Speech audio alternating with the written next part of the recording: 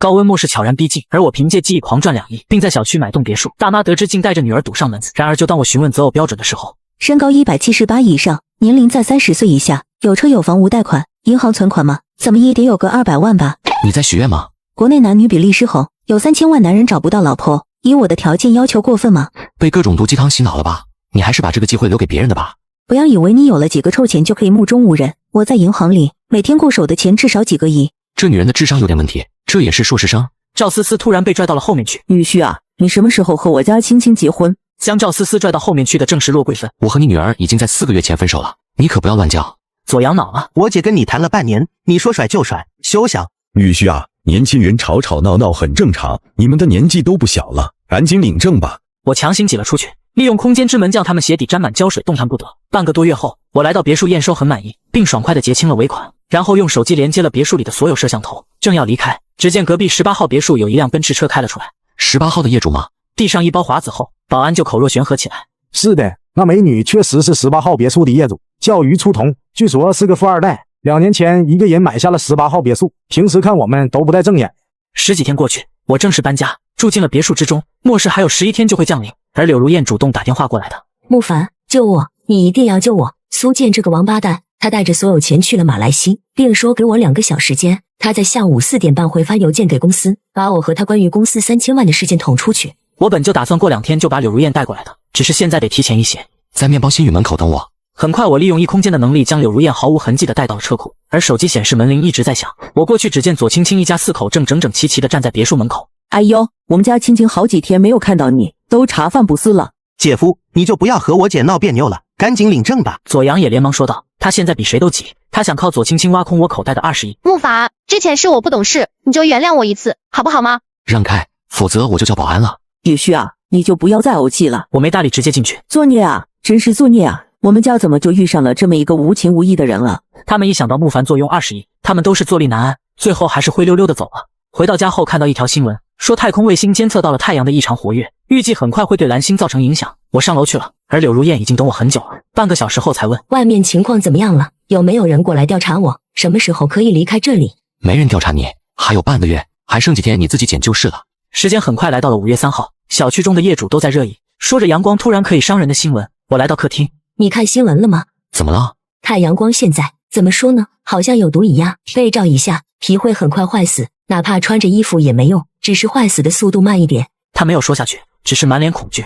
我打开手机查看一下，外温是35度，内温还好，因为开了空调，只有26度，很舒。慕凡，这是怎么回事？前些日子2级的冰山突然消失了，现在阳光又好像有毒，甚至气温还会升高，难道世界末日要来了？有可能。柳如燕顿时无力地坐了下来，这个事实的冲击力太大了，她一时无法接受。不过你可以想一下，你老公虽然把所有钱都卷走了，但现在嘛，呵呵，可能1毛钱都花不出去了。柳如燕不由眼睛一亮，这也算是苦中作乐了。她当即就要给苏建打电话，却被我拦了下来。马来西的太阳比我们出来的晚，你现在提醒他，说不定他还有时间囤点货。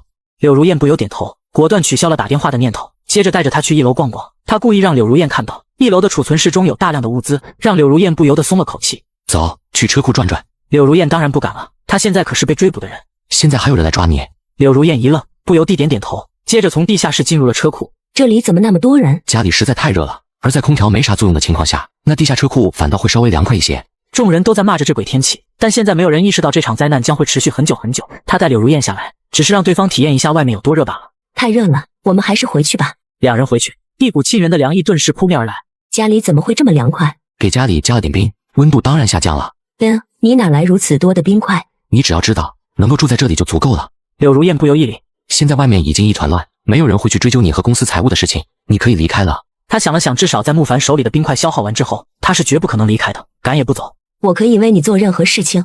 任何吗？任何。突然柳如燕不由想到了自己那绝情的老公，顿时就来了精神。我现在可以给苏建发视频了吗？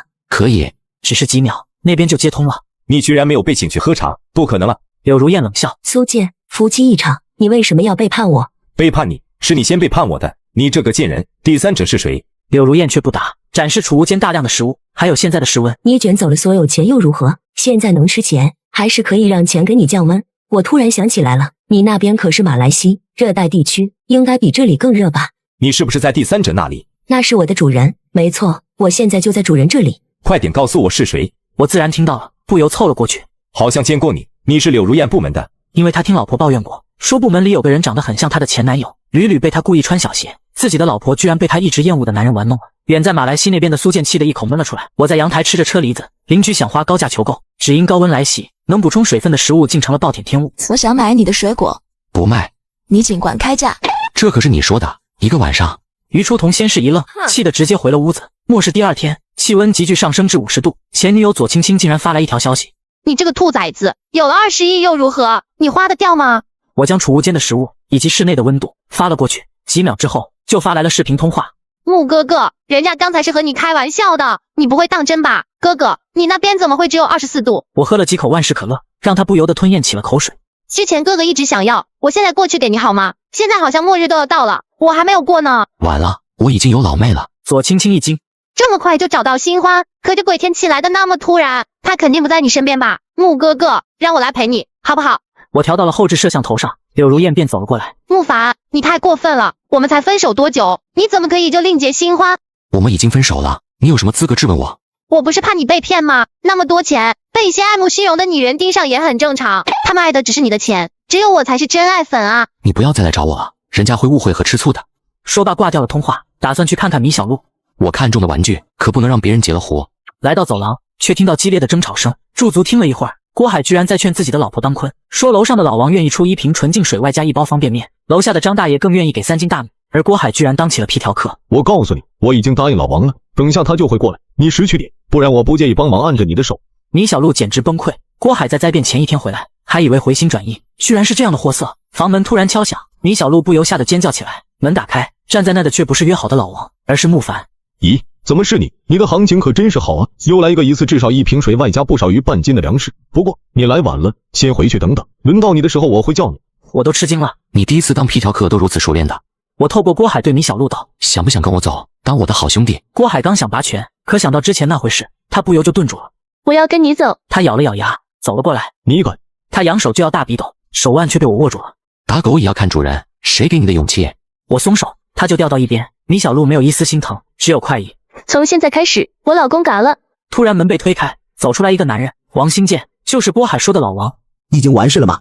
他笑着走过去就要去拉米小璐，米小璐连忙躲在我身后。小郭，这是什么情况？费用我已经支付你了，你想赖账？现在1瓶水1包方便面代表了什么？是命。你拿了我这么珍贵的东西，居然想要赖账？郭海收了你的东西，你问他去要，他还不了，你也可以知难而上，反正跟我没有关系。慕凡，我们走。我不管，反正我已经付钱了，今天我特别的非要得到你。老王上前，不一会儿两人都掉在一边，麻溜一边去。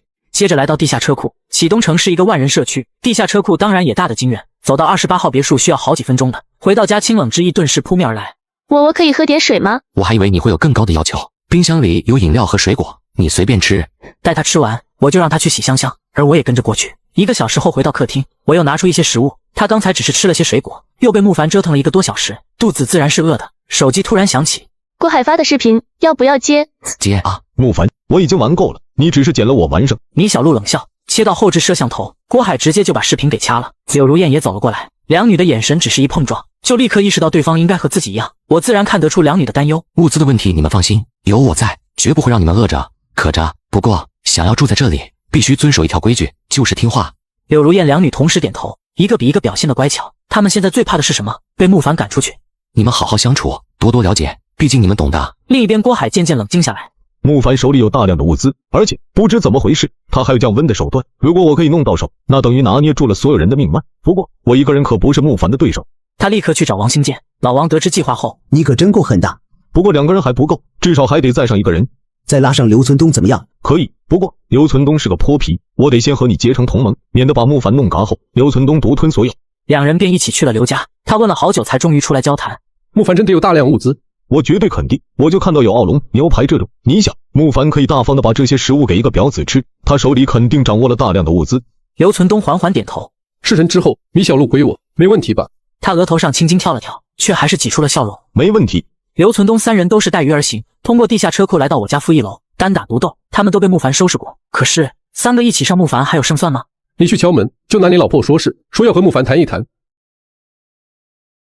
高温末世降临，而我囤积大量物资，3人得知竟想占为己有，殊不知地下室有3个摄像头。你们来干嘛？你他妈抢了我老婆，你朋友10箱方便面河水，这贱人就送给你了。不然的话，我明天就在小区里到处宣扬。慕凡暗暗笑了笑，10箱太多了，我顶多给你个5箱。郭海三人听了，莫不心中激动。好，5箱就5箱，你把门打开。只听咔的一声，房门解锁了，他与刘存东3人同时挥起云冲了进去。爷，你们这是在做什么？只见他坐在至少4米开外，他是遥控开门的，好狡猾的家伙。不过这里好凉快。你怎么做到的？我用的是冰块，看到墙壁4周一圈的金属吗？后面是管道，管道里是冰块，冰块融化了，自然就降低了屋子里的温度。你他妈居然还有冰块！你居然把珍贵的水用来降温！刘存东先是一愣，然后就大笑起来。很好很好，慕凡，谢谢你送给我的礼物，这栋别墅我收下了，还有你的女人我也笑纳了。就凭你们3个人，3把破刀。王新建往前走，突然整个人就凭空消失了。这是怎么回事？是你做的对不对？在我家肯定是我做的呀。郭海吓得连忙倒退，可一退，整个人就消失了。那2个人呢？是不是你弄走的？猜对了。下一秒，刘存东也掉进了空间之门。一夜过去，气温开始飙升55度，业主群有人艾特了。我儿去和你做生意，用食物去换水，结果带着食物过去了，却再没有了音讯。大部分人都相信了马月兰的话。啊哈，那我问你，你儿子带了多少食物过来？2箱饼干。慕凡走去储物间，拍了一段视频。我的天哪，这么多的物资，满满一屋子。慕凡都有了这么多物资，还需要骗你们2箱饼干？笑死我了！就好像我有1000万，却还要去骗别人100块。而发现慕凡在业主群中炫富后，左青青一家都愤怒无比。这个蠢货发了点财就沉不住气，继瘟疫便才几天，他就忍不住开始炫富了。与其让别人抢了，不如便宜我们。事不宜迟，今天晚上就行动。青青，你负责让慕凡开门。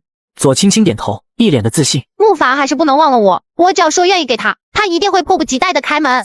你们2个负责动手，第一时间弄嘎那畜生。之前求了他那么多次，老娘的脸都丢光了。没问题。慕凡屋里还有一个女人，他也嘎掉吗？漂亮就当洋洋的女人，他女朋友不在这，男人不能太久没有女人，会憋坏的。左阳连连点头，一脸的期待。左富贵也动心，不由荡漾了一下。而小区另一户李静家，他也得意无比。这家伙竟然通过我的好友申请了。她是个37岁的单亲妈妈，可女儿李小小却已经18岁了。这对母女可是职业玩家，专门在网上泼男人。她向慕凡发起了视频通话的请求。慕凡，你可以收留我们母女吗？只要你肯收留我们，我愿意为你做任何事情。而且小小也到了找男朋友的年纪。一看视频我傻眼了，你们2个开了美颜也就70分的样子，这还想勾引我？不可以。他果断挂掉了视频。李静则是开动脑筋想了起来，慕凡骗不到，那别的男人呢？而邻居张氏也通过了请求。慕凡，我需要大量的食物和水，你开个价吧。张总，现在钱还有用吗？怎么没用？灾难总会过去的，只是时间问题。慕凡知道，越是有钱有势的人，就越是希望这场天灾早点过去，这样他们手里的钱和权才能保住，继续做他们的人上人。那不好意思了，我不接受。这样吧，你给我1半物资，我把我手里的股票分你1半。当然了，只有分红权，没有投票权。张总要是拿不出让我心动的东西，那就这样吧。一个小年轻，不过是赌球赢了点钱，居然敢这么跟我说话。他深深地吸了口气，这该死的天气阻断了交通，不然他一个电话将公司的保安队伍调过来，慕凡还不得跪在地上叫爹。那你想要什么？我只对美女有兴趣。张氏当然不是笨蛋，他只是一愣，就知道慕凡所指为何。你居然敢把主意打到我的头上，慕凡，你真是好大的胆子！如果在几天前，信不信老子花几百万买你的命？张总错了，也不要自作多情，我对你又没有兴趣，而你屋中那位，他要是受不了诱惑主动找我，跟你又有什么关系呢？还有，再威胁我的话，我可不介意弄死你。张氏气急，不去理慕凡了。他看向自己的小娇妻，这个才20岁出头点的美人，水嫩多汁。老公，你怎么生这么大气？慕凡这个不长眼的东西，居然拒绝了我所有的提议。程牙不由一惊，我们的食物和水顶多还能再用上10天，到时候……我当然知道，可那小子油盐不进，难道抢吗？然后他将目光放到了小娇妻的身上，不由生起了一个主意。你慕凡不是好色吗？你不知道色字头上还有一把刀吧？慕凡通过的第3个人，网名叫一叶孤舟的，通过申请我急忙问：都市寻芳记是不是你写的？是，我是作者。还真是，这个世界也太小了。我直接给对方发去了视频通话，打算拿物资作为吸引，让对方每天码个10张20张，让自己看到爽。屏幕中出现的约莫30岁左右的美女，不由愣住了。不要告诉我，你就是一叶孤舟。我就是一叶孤舟。都市寻芳记真是你写的？是啊，我这里还有3张存稿，要不要发给你确认一下？对了，我真名叫林婉秋。行，等下你把存稿发过来让我看看。对了，现在反正没有审核了，你完全可以写得再奔放一点。好，等下我再丰富一下内容发给你。你每天更新3张，我给你1顿的食物和水，6张翻倍，9张就是3倍，多了就算了，我不干杀鸡取卵的事情。那就先谢谢老板了，我这就去码字。现在我打算去关心一下宋清允了。此人正是之前调查米小璐公司的人，现在被困在一家饭店里。我准备了一份盒饭，另加2瓶水挂在无人机上，同时给宋清允发去了视频通话。把门开一下，我用无人机给你送了点东西，放心，免费的。晚上我来接你，保证你不会再吃一点苦。宋清允没有说话，不反对就是默许了。接着他又给五妹小姨送去了一顿吃的，完成了承诺。夜幕悄然降临，好，可以去接警花妹子了。慕凡正要出去，却听到了手机传来的报警。地下室的门口正站着2个人，张氏和他的小娇妻。爷，这是宋七上门。高温末世，男人得知我家存有大量物资，竟想用美人计引我出来。我来到地下室，利用遥控开门，2人走了进来。张氏从背后掏出手弩，对准了慕凡。惊不惊喜，意不意外？确实有些小惊喜。别他妈给我耍嘴皮子，现在给我乖乖出去，别逼我弄嘎你。这里每一扇门都需要用指纹解锁，我这么离开的话，你连地下室都出不去。张氏看了一眼，车库门上并没有门把手，立刻把我的指纹录入进去，别耍花样。张氏慢慢的向着大门退了过去。你看着他，只要稍有异动，立刻大叫。小娇妻点头，张氏才转身将指纹放了上去。突然一股电流袭来，张氏直接全身酥麻，我上前绑了起来。你这也太不上道了。不过张总还是把娇妻带了过来，那我就不客气了。你敢碰他一根头发，我就嘎了你。慕凡走向程牙，这女人直接被吓傻了。张总真有眼光，尊夫人有容乃大。来，我带你参观一下。自己的男人一被拿下，他就吓得六神无主，乖乖就跟着慕凡走了。当他亲眼看到储物间内堆满了食物，你愿不愿意在这里做客？程牙毫不犹豫就答应了下来。2人回到地下室，给张氏松绑。行了，张总可以回去了。张氏一愣，这就放了我？你耍我呢？我和张总不同，向来是以德报怨的。他把张氏推出了门，合金门就在他身后关上了。张氏突然反应过来，慕凡，快把我小娇妻放了！你特么的！行，那我问问你老婆愿不愿意跟你回去？程牙当然知道这是慕凡要自己那头名状。老公，真是对不起了，我以后就跟着慕凡了。他终于明白为什么慕凡放了自己，这是要自己品尝戴绿帽子的苦酒啊。接着安排程牙去了卧室，所有人没有慕凡的允许，也只能待在3楼，根本出不了自己的房间门。慕凡坐着异空间丢出的皮卡开出了小区，18号楼上，于初桐不由瞪圆了美目。慕凡的车居然还能开，这可是个宝贝啊！要如何向慕凡借到这辆车呢？半个小时后，皮卡撞开了饭店的大门，直接硬塞了进去。还愣着干什么？上来！半小时后，回到了客厅，一股清冷之意扑面而来。宋清允一露出了震惊之色。现在大家一瓶水都难求，你居然用来治病降温？跟着我，你可以衣食无忧的活下去。反之，之前3天你是怎么度过的？不用我复述了吧？我虽然不是好人，但还是很有原则的，就是从不强迫。宋清允咬着嘴唇不说话。你愿意跟着我，我供你吃喝，但前提是你一切都得听我的。慕凡没有逼他，而是走过去，将他轻轻一抱，手机中却传出了报警声。又是左青青一家4口。来到地下室，遥控开门，左青青一家4人都很猛，怎么慕凡就开门了呢？上面的摄像头看到我姐了，那家伙对我姐还念念不忘呢。很好，等下青青你就对着那家伙使点，必要的时候不妨把衣服扔了，给他一些甜头，然后你们爷俩趁机弄打那家伙。可是怕什么？一个是你爸，一个是你的弟弟，看了会怎么样？于是4人走了进去，只见屋里还有2个人，一个站着，一个站着。这就是老姐说的他末世前带回来的女朋友吧？这个妹纸就要归我所有了。左富贵也老眼放光，不由地色心大动。别管那么多，反正我们已经进来了，把这家伙嘎了不就好了吗？而且这个妹纸我也要，不然我就在一边看着了。一个老东西居然在这时候开条件。说好了这是我的。洋洋听话，你周一到周五。宋清云有些茫然地看着慕凡，他只不过被困在饭店中2天多，连头带尾也就3天，怎么世界居然变得如此陌生？这4人是我前女友一家，她叫左青青，是个伏地魔，要让我把自己的房子让出来给他弟弟结婚用。他弟不学无术，标准的啃老族，他们是什么德性，你也应该可以听出一二，我就不多说了。左家自然都是大怒，你口口声声说爱我，愿意为我做任何事情，我只是让你把房子腾出来给我弟弟当婚房，你就和我分手，你根本就是虚心假意，是个渣男。不用跟这种混蛋啰嗦，留一口气最好了，把他给活活气卡。他俩冲了过来，你就乖乖当我的妹纸，只要想办法讨我开心就够了。便迎了过去，闪电般出手，就2下而已，整个世界就安静了。洛贵芬傻眼了，好女婿啊，我们是跟你开玩笑的，你可真是厉害，难怪你敢把物资照片放在群里，就你这身实力，谁能打得了你的主意？这下妈就放心了，你的别墅这么大，多住4个人肯定没问题的。我走过去，一个大笔兜子也晕了过去。慕凡，我妈都说了，我们只是和你开个玩笑，你怎么可以下手这么重？我看向左青青，故意露出一抹犹豫之色，然后似乎下定了决心。你走吧，我相信这件事情与你无关。慕哥哥，你真好，而且你最了解我，知道我是被他们逼的。我先走了，我相信一定会慢慢挽回你的心。慕凡打开地下室的门，左青青跑了出去。宋青允一呆，慕凡居然还会心慈手软，甚至这么傻。接着慕凡回了别墅，自然洗起了鸳鸯浴，然后便给宋清允安排了一下房间。玩归玩，千万别拿自己的生命开玩笑。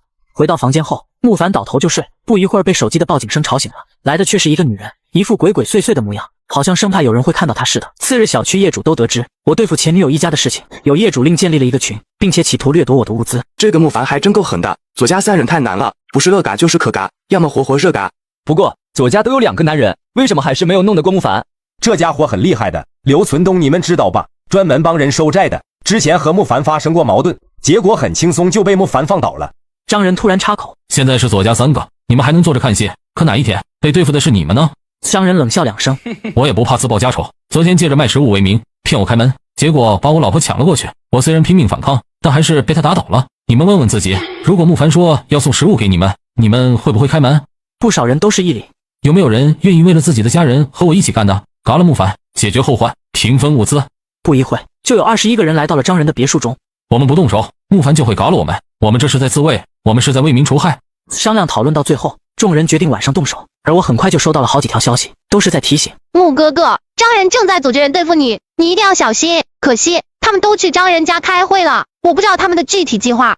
在他看来，只要慕凡重新接受他，那慕凡所拥有的一切不就是他的吗？现在张仁要抢慕凡的东西，四舍五入一下，不就是在抢他的东西吗？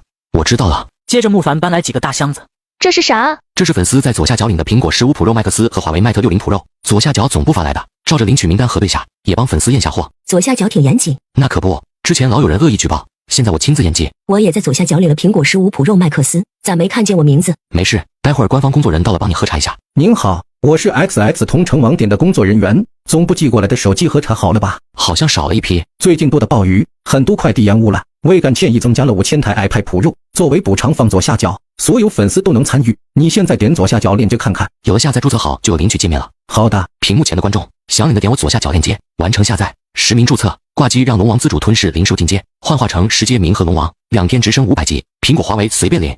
林晚秋也发消息过来，张仁要对付你，你小心。对了，我昨晚买了3张，再加上修改的3张存稿，一起发给你。正当他看到血脉奔张，便让他们可以在客厅中自由行走。柳如燕和米小璐看到屋里又多了2个女人时，自然吃了一惊。大家认识一下，以后就是一家人。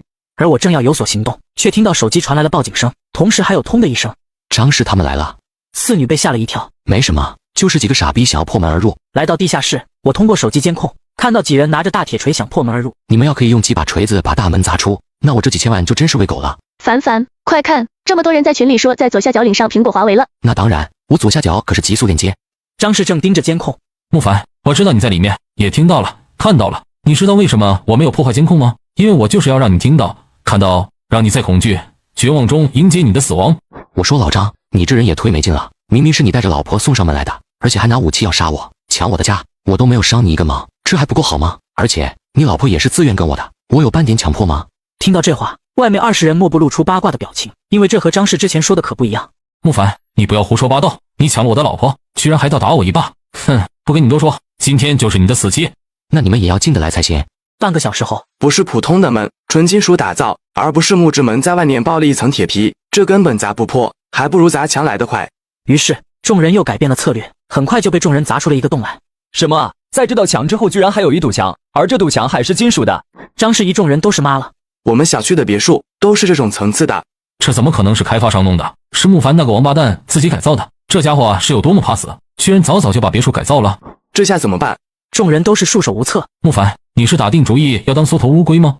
哼，你可以把墙壁都改造成金属的，可窗户呢？明天我们再准备一下，从1楼砸破你的窗。不过你要是现在走出来投降，我倒是可以考虑留你一条命，甚至让你保留一半的物资。见众人都想说话，张氏心中暗骂一群傻逼，然后连使眼色，于是他们就不作声了。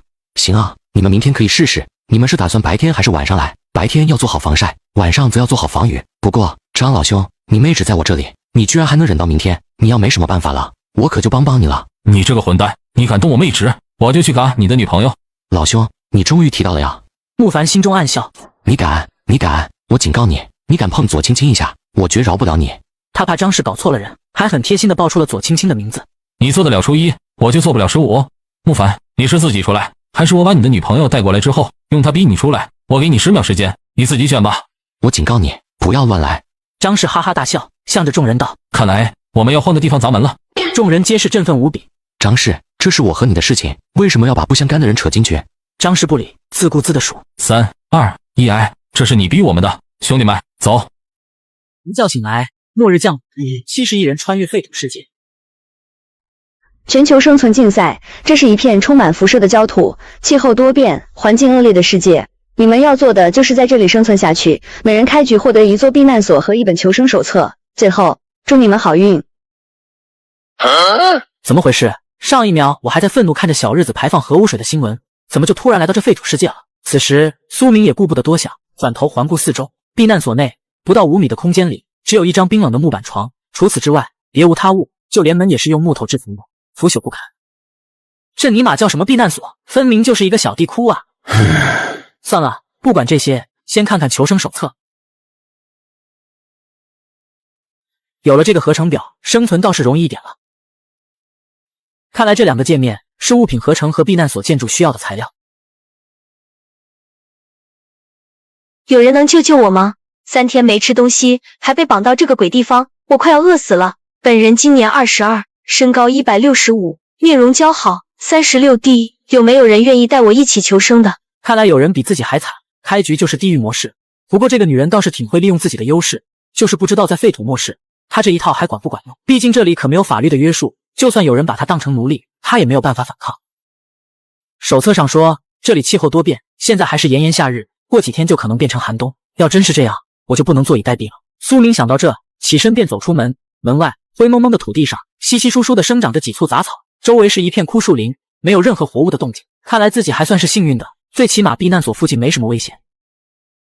生存系统开启，生存下去就能获得奖励。生存第1天，奖励1，极品美女，随机；奖励2，传说级食府；奖励3，养殖场，附赠3种牲畜，公母各1只，请宿主选择。哦，是自己的金手指到了吗？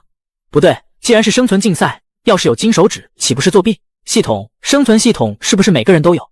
生存系统只有宿主拥有，是宿主作为穿越者的福利。欢迎你来到我们的世界。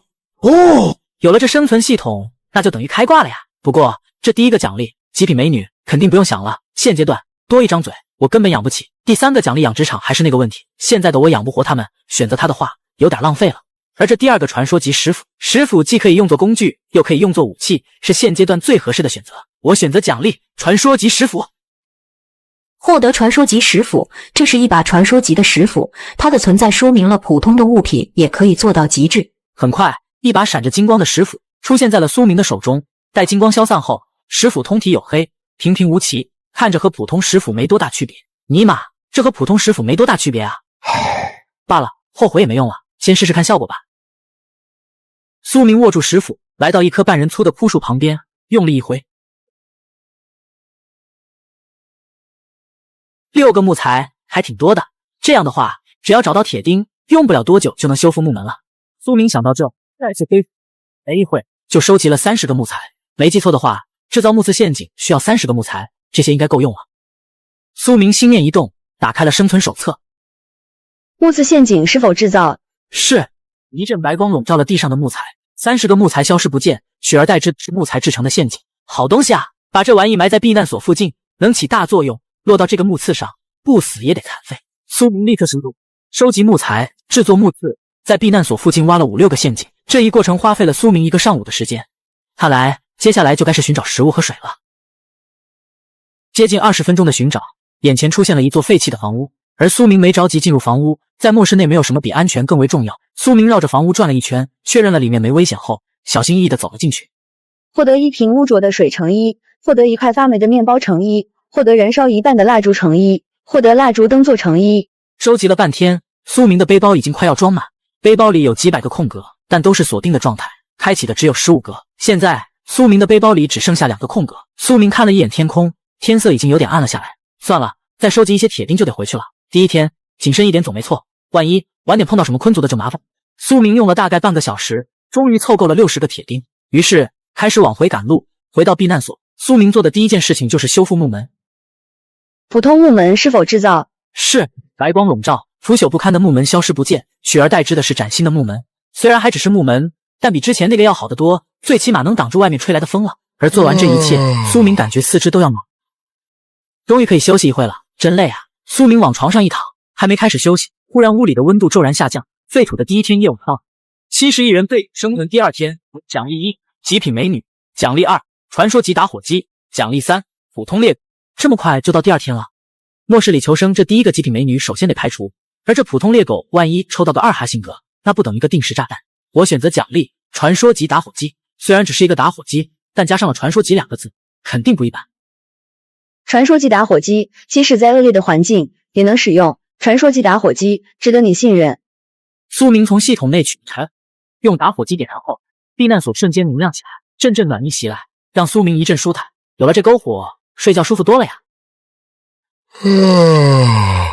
又是艰难求生的一天，时间宝贵，今天争取把附近的废弃房屋全都搜完。苏明熄灭篝火，小心翼翼地推开了木门。外面天刚刚亮，可以判断现在是早上7、8点，起得不算早，也不算晚，刚刚好。看这木字陷阱还全都完好，昨晚应该没人进。苏明拿出地图，目标十分明确，就是搜刮附近的废弃房屋，找到有用的物资。不到半小时，苏明就来到了第2个废弃的房屋。和之前一样，小心翼翼的搜索，连搜了4个房屋，收获的都是一些不值钱的东西。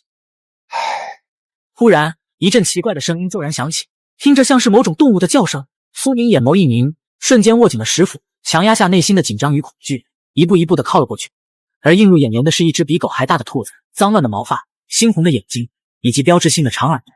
这牙齿，这体型，要不是长得跟兔子一样，说是猛兽，我都信啊。还好他踩到了捕兽夹，不然今天就麻烦了。苏明往前迈了一步，想仔细观察一下，但一接近，巨型兔子就停了，一双猩红的眼睛死死地盯着苏明，还发出充满紧张的嘶嘶声。这兔子很危险，得想个办法弄死它。木矛是否制造？是。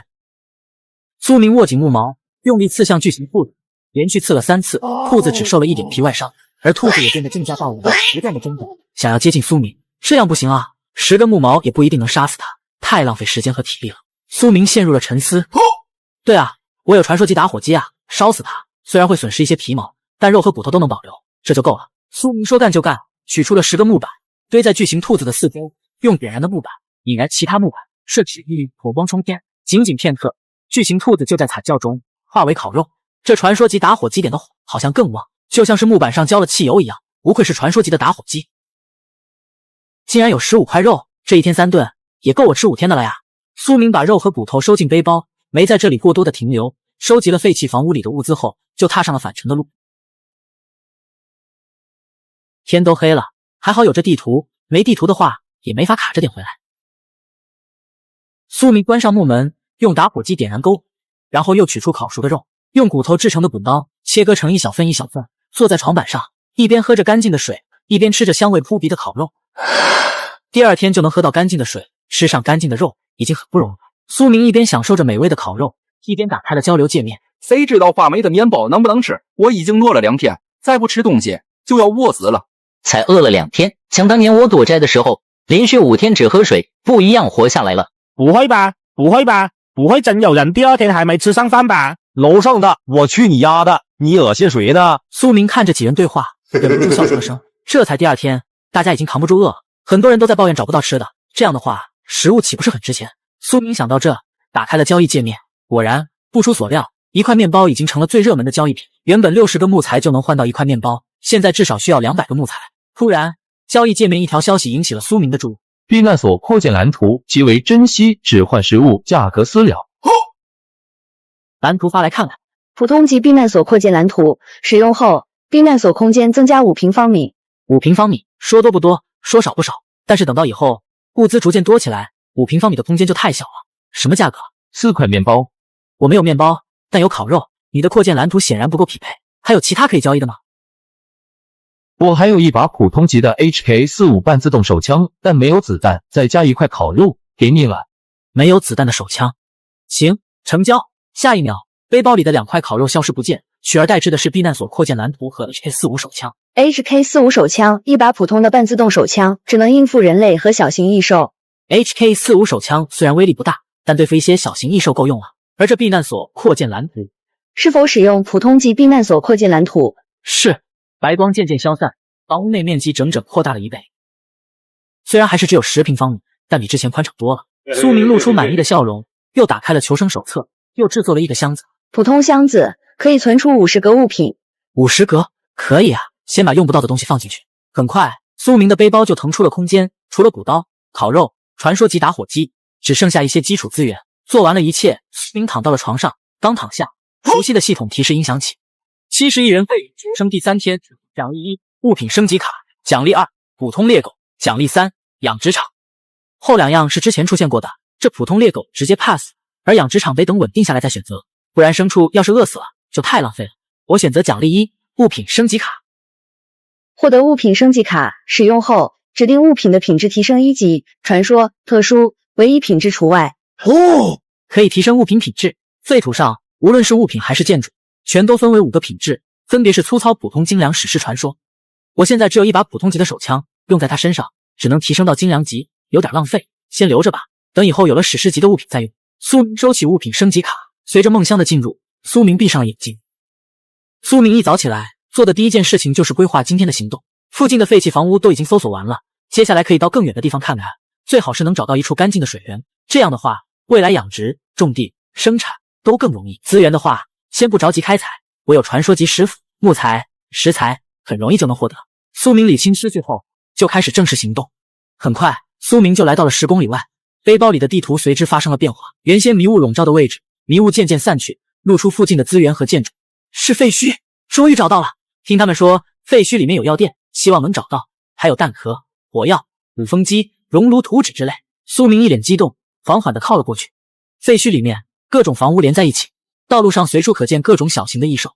苏明不敢惊动他们，小心翼翼地绕行。确认屋里没有危险后，苏明直接从窗户翻到了。获得1块面包乘1，获得铁管乘2，获得棉被乘1，获得弹壳乘10，获得火药乘11。弹壳、火药，没记错的话，弹壳和火药能合成子弹，那这样我的手枪马上就能用了呀！苏明激动地打开了物品合成表，找到子弹，然而子弹一栏则是锁定状态。哎呀，一激动差点忘了，子弹必须要有图纸才能合成，不知道有没有人卖子弹的合成图纸。苏明忙不迭地打开交易界面，找了半天也没找到子弹的图纸。没人卖的话，不知道能不能收到。苏明心念一动，第一次在求生手册上发布了信息，收购1张子弹合成图纸，价格私聊。现在估计还有3-4个小时才会天黑，来一趟不容易，得争取多搜刮点物资才行。苏明怀着激动的心，很快走向下一个房屋。获得青菜种子乘10，获得辣椒种子乘10，获得小麦种子乘10。我这是搜到了农场主家了，这么多种子。只可惜这里的土地因为辐射不能种植作物，等以后找到改善土壤的办法，现在先不管它。苏明收好种子，继续前往下一个房屋。获得布料乘5，获得普通级背包扩充蓝图乘1，获得摩托车合成图纸乘1。普通级背包扩充蓝图，使用后背包扩充30格。摩托车合成图纸，使用后解锁摩托车合成方式。一下子2张图纸，我这是欧皇附体了呀！这背包扩充蓝图是个好东西，现在背包储存格不够，刚好可以派上用场。普通级背包扩充蓝图是否使用？是。苏明背包一下子多出了50格。废墟虽然危险，但好东西多，才一会就搜到这么多种，还有2张图纸。看来以后想要搜索物资，还是得到废墟来了。时间过得很快，转眼间2个小时过去。随着夜幕降临，苏明看着自己淘到的物品，满意的转身离开了这里。回到避难所，苏明先是把今天收获的物资整理了一下，挑出暂时用不到的放进木箱。做完了一切，苏明打开了求生手册。刚刚遇见了一头黑熊，比卡车还大，吓死我了。这算什么？我附近有一只变异蝙蝠，挂在树上，跟特么吸血鬼一样，看一眼能吓个半死。还好那只蝙蝠不吃肉，不然我早就没了。你们说这废土上有没有正常的动物啊？不知道啊，应该有吧，但是我没见过。看来相比前2天，第3天从容聊天的人多了一些。由此可见，有一部分人已经逐渐适应了废土的生活。相比愤怒抱怨，显然现在没什么比活下去更重要。忽然一道消息弹了出来，这么快就有人问价了。1块面包。图纸稀缺没错，但弹壳、火药也稀缺，枪械更稀缺。有图纸没原料，有原料没枪械，你要图纸又有什么用？不谈以后，就说现在，1块面包换你的图纸，你绝对不亏。而对方看见这些话，陷入了沉默。好，成交。获得子弹合成图纸乘1，使用后解锁子弹合成方式。能合成子弹了，合成。获得45口径子弹乘10。苏明取出 HK45 手枪，装上子弹，装模作样的瞄准了几下，一共10个弹壳，有了手枪也算是能自保了。虽然只有10发子弹，但只要不招惹大型异兽，应该够用。苏明把玩了一会手枪，把它收回了背包，然后用打火机点燃锅，取出烤肉放在上面，一边加热一边撒盐，烤肉滋滋的声响，瞬间浓郁的肉香弥漫整个避难所，真香啊！有盐，有肉，还有水，这日子真舒坦。加了盐就是不一样，好吃。如果说之前吃的烤肉是味同嚼蜡，而在烧烤架上炙烤的烤肉简直就是人间美味。一块肉，苏明享受干吃了半个小时，不知道过了多久。很快，废土的第4天如约而至，71人为生存第4天，奖励1，极品女神；奖励2，普通猎狗；奖励3，传说级水井。又来一个温柔的极品女神，试问哪个男人谁不想要？那我就按广大网友的需求，所以我选择奖励3，传说级水井。天天这么累，我再照顾一个极品美女，不得累死。生存初期不能有丝毫松懈，现阶段水井对我更重要。避难所附近没有湖泊，取水很难，一座水井能够极大的缓解避难所缺水的压力。获得传说级水井，井口下拥有取之不尽、用之不竭的优质淡水，每天凌晨淡水自动净化，无污染、无添加，实乃生产生活必备佳品。取之不尽，用之不竭，自动净化的水井，传说级就是强，不枉费我放弃了温柔大美女，值。睡觉。清晨，距离避难所不远的位置，苏明取出了传说级水井。传说级水井是否建造？是，骗了个。一座平平无奇的水井出现。有了这座水井，种植的水源问题就解决了。接下来是土壤了，但这里的土壤都受到了很严重的辐射，想要种植就必须净化这里的土壤。苏明犹豫了一会，决定去交易界面碰碰运气，求净化土壤的方法，价格私聊。留下信息后，苏明再次出发，目标仍是废墟里的稀有物资。苏明来到废墟，一切还和昨天一样，各种中小型异兽在建筑之间游荡，时不时的发出奇怪的吼声。获得铜管乘3，获得1块三明治乘1，获得抗生素乘1。不错，有一片抗生素，要是遇见意外，说不定能救命。苏明把抗生素放进背包，继续搜刮下一个房屋。获得1块发霉的面包乘2，获得熔炉建造蓝图乘1，获得粗糙级匕首乘1。我操！熔炉建造蓝图，还真是想什么来什么。熔炉建造蓝图，使用后可解锁熔炉建造方式。熔炉可是个好东西，可以把各种金属制品熔炼成铁锭、铜锭、银锭，是建筑的必备材料。苏明搜刮完这栋房子，从窗户倒了出来，忽然身后传来了一阵充满敌意的低吼声。苏明转身，只见不远处一头长着锋利牙齿、通体红色的猛兽正死死地盯着他。该死！苏明低声咒骂了一句，取出了手枪。凶猛异兽开始踱步，猩红的眼睛上下打量着苏明，随时准备发起进攻。看来这家伙是盯上我了，先下手为强，老子弄死你！苏明没有丝毫犹豫，砰砰就是2枪。凶猛异兽头部中枪，发出痛苦嘶吼，变得更加狂躁，猩红的眼睛用劲，猛地向苏明扑来。那你2枪都没干！苏明没有丝毫慌乱，对准他的脑，又是3枪。第5发子弹穿透了兽的头颅，一击毙命。苏明取出传说级石斧，走到凶猛异兽的尸体旁边，开始点头。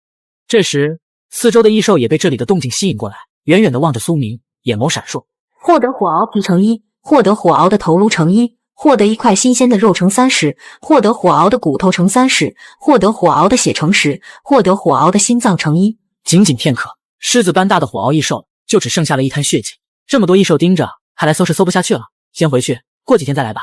苏明一手握着手枪，一手拎着火熬的头颅，大步流星往废墟外面走去，没有丝毫的畏惧。各种异兽望着苏明的背影，几次想要扑过去，可是看见那只火熬头颅，全都犹豫了。他们猜不透这个两脚兽的实力，只能放任离开。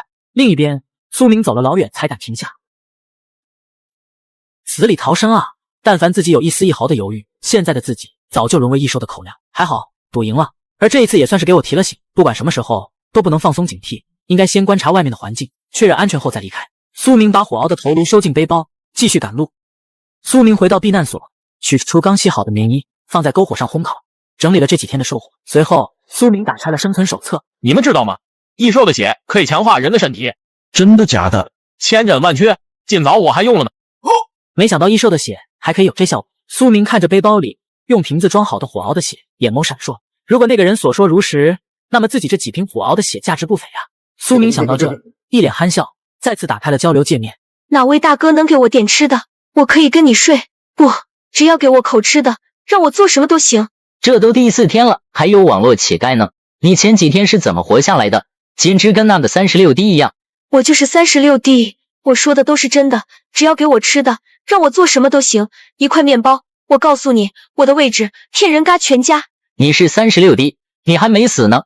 我前天遇见了个大哥，他答应带我一起，但是昨天他遇见异兽，我36弟说到这，戛然而止。有人看到，立刻明白，问道：你一个人逃跑，把他扔在那了，对吗？我不是故意的，那只异兽这么大，就算我留下来，也救不了他。哎，谁看上了你这个家伙，简直是倒了8辈子血霉了。楼上的，你说的我都不同意了。废土世界本就是那样，不逃跑，难道留下来给异兽吃吗？苏明见到这一幕，摇了摇头。像36弟这样的人，竟然还真能找到冤大头。有些人就算到死，也挡不住一个色字啊。发来看看。普通级土壤净化装置使用后，1平方公里范围内的土壤得到净化，可以进行初步种植。1平方公里，这不小了呀。你想要什么？3块烤肉。你知道3块烤肉意味着什么吗？这是碰上对手了呀。一个不缺吃喝的人，没理由卖掉土壤净化装置这么好的东西，说明他拥有不止一个。那我可以给你水，不是只给你1瓶干净的水，而是大量的水，足够你灌溉田地的水。对方听见这话，陷入了沉默。我给你供3个月，因为你很有能力，我喜欢跟你这样的人交朋友。最重要的是，我相信你以后还能获得更多的珍稀物品，到时候你如果想要交易，希望可以优先考虑我。苏明看见这短短的1个字，嘴角勾起了笑容。合作愉快。距离苏明并不遥远的某个避难所里，一个面容姣好的长腿御姐看着刚刚交易获得的一大盆水，表情复杂。她并不愿意跟其他人有过多往来。废土世界很残酷，像她这样的漂亮女人，没点手段，很容易就沦为那些男人的痉挛。有了土壤净化装置，就可以种地了。而1平方公里的田地听上去很多，但分成9份以后就很少了。以后有土壤净化装置，还是要收购过来。苏明想到这，没有犹豫，在交易界面发布了一条信息：长期收购土壤净化装置，价格私聊。发完以后，苏明躺到床上，等待新一天的到来。片刻，系统声响起，废土第5天如约而至。70亿废土生成第5天，奖励1，黑丝美女；奖励2，传说级浴缸；奖励3，坐牢。又有传说级，这黑丝美女和传说级浴缸都不错。不过这都第5天了，连个人影都没见到，再让我一个人待下去，迟早要疯。有个宠物陪着，心里也能舒服点。而且这座狼性格倒是挺不错的，忠厚，比较活泼。美女哪有宠物香，所以我选择奖励3，坐狼。获得坐狼，巨狼分离了的后代，通常以族群的形式生活，智商极高，攻击力强。瞬间，一条1米多长的巨狼，此时此刻正趴在床边，仰天长啸。我干，这么大！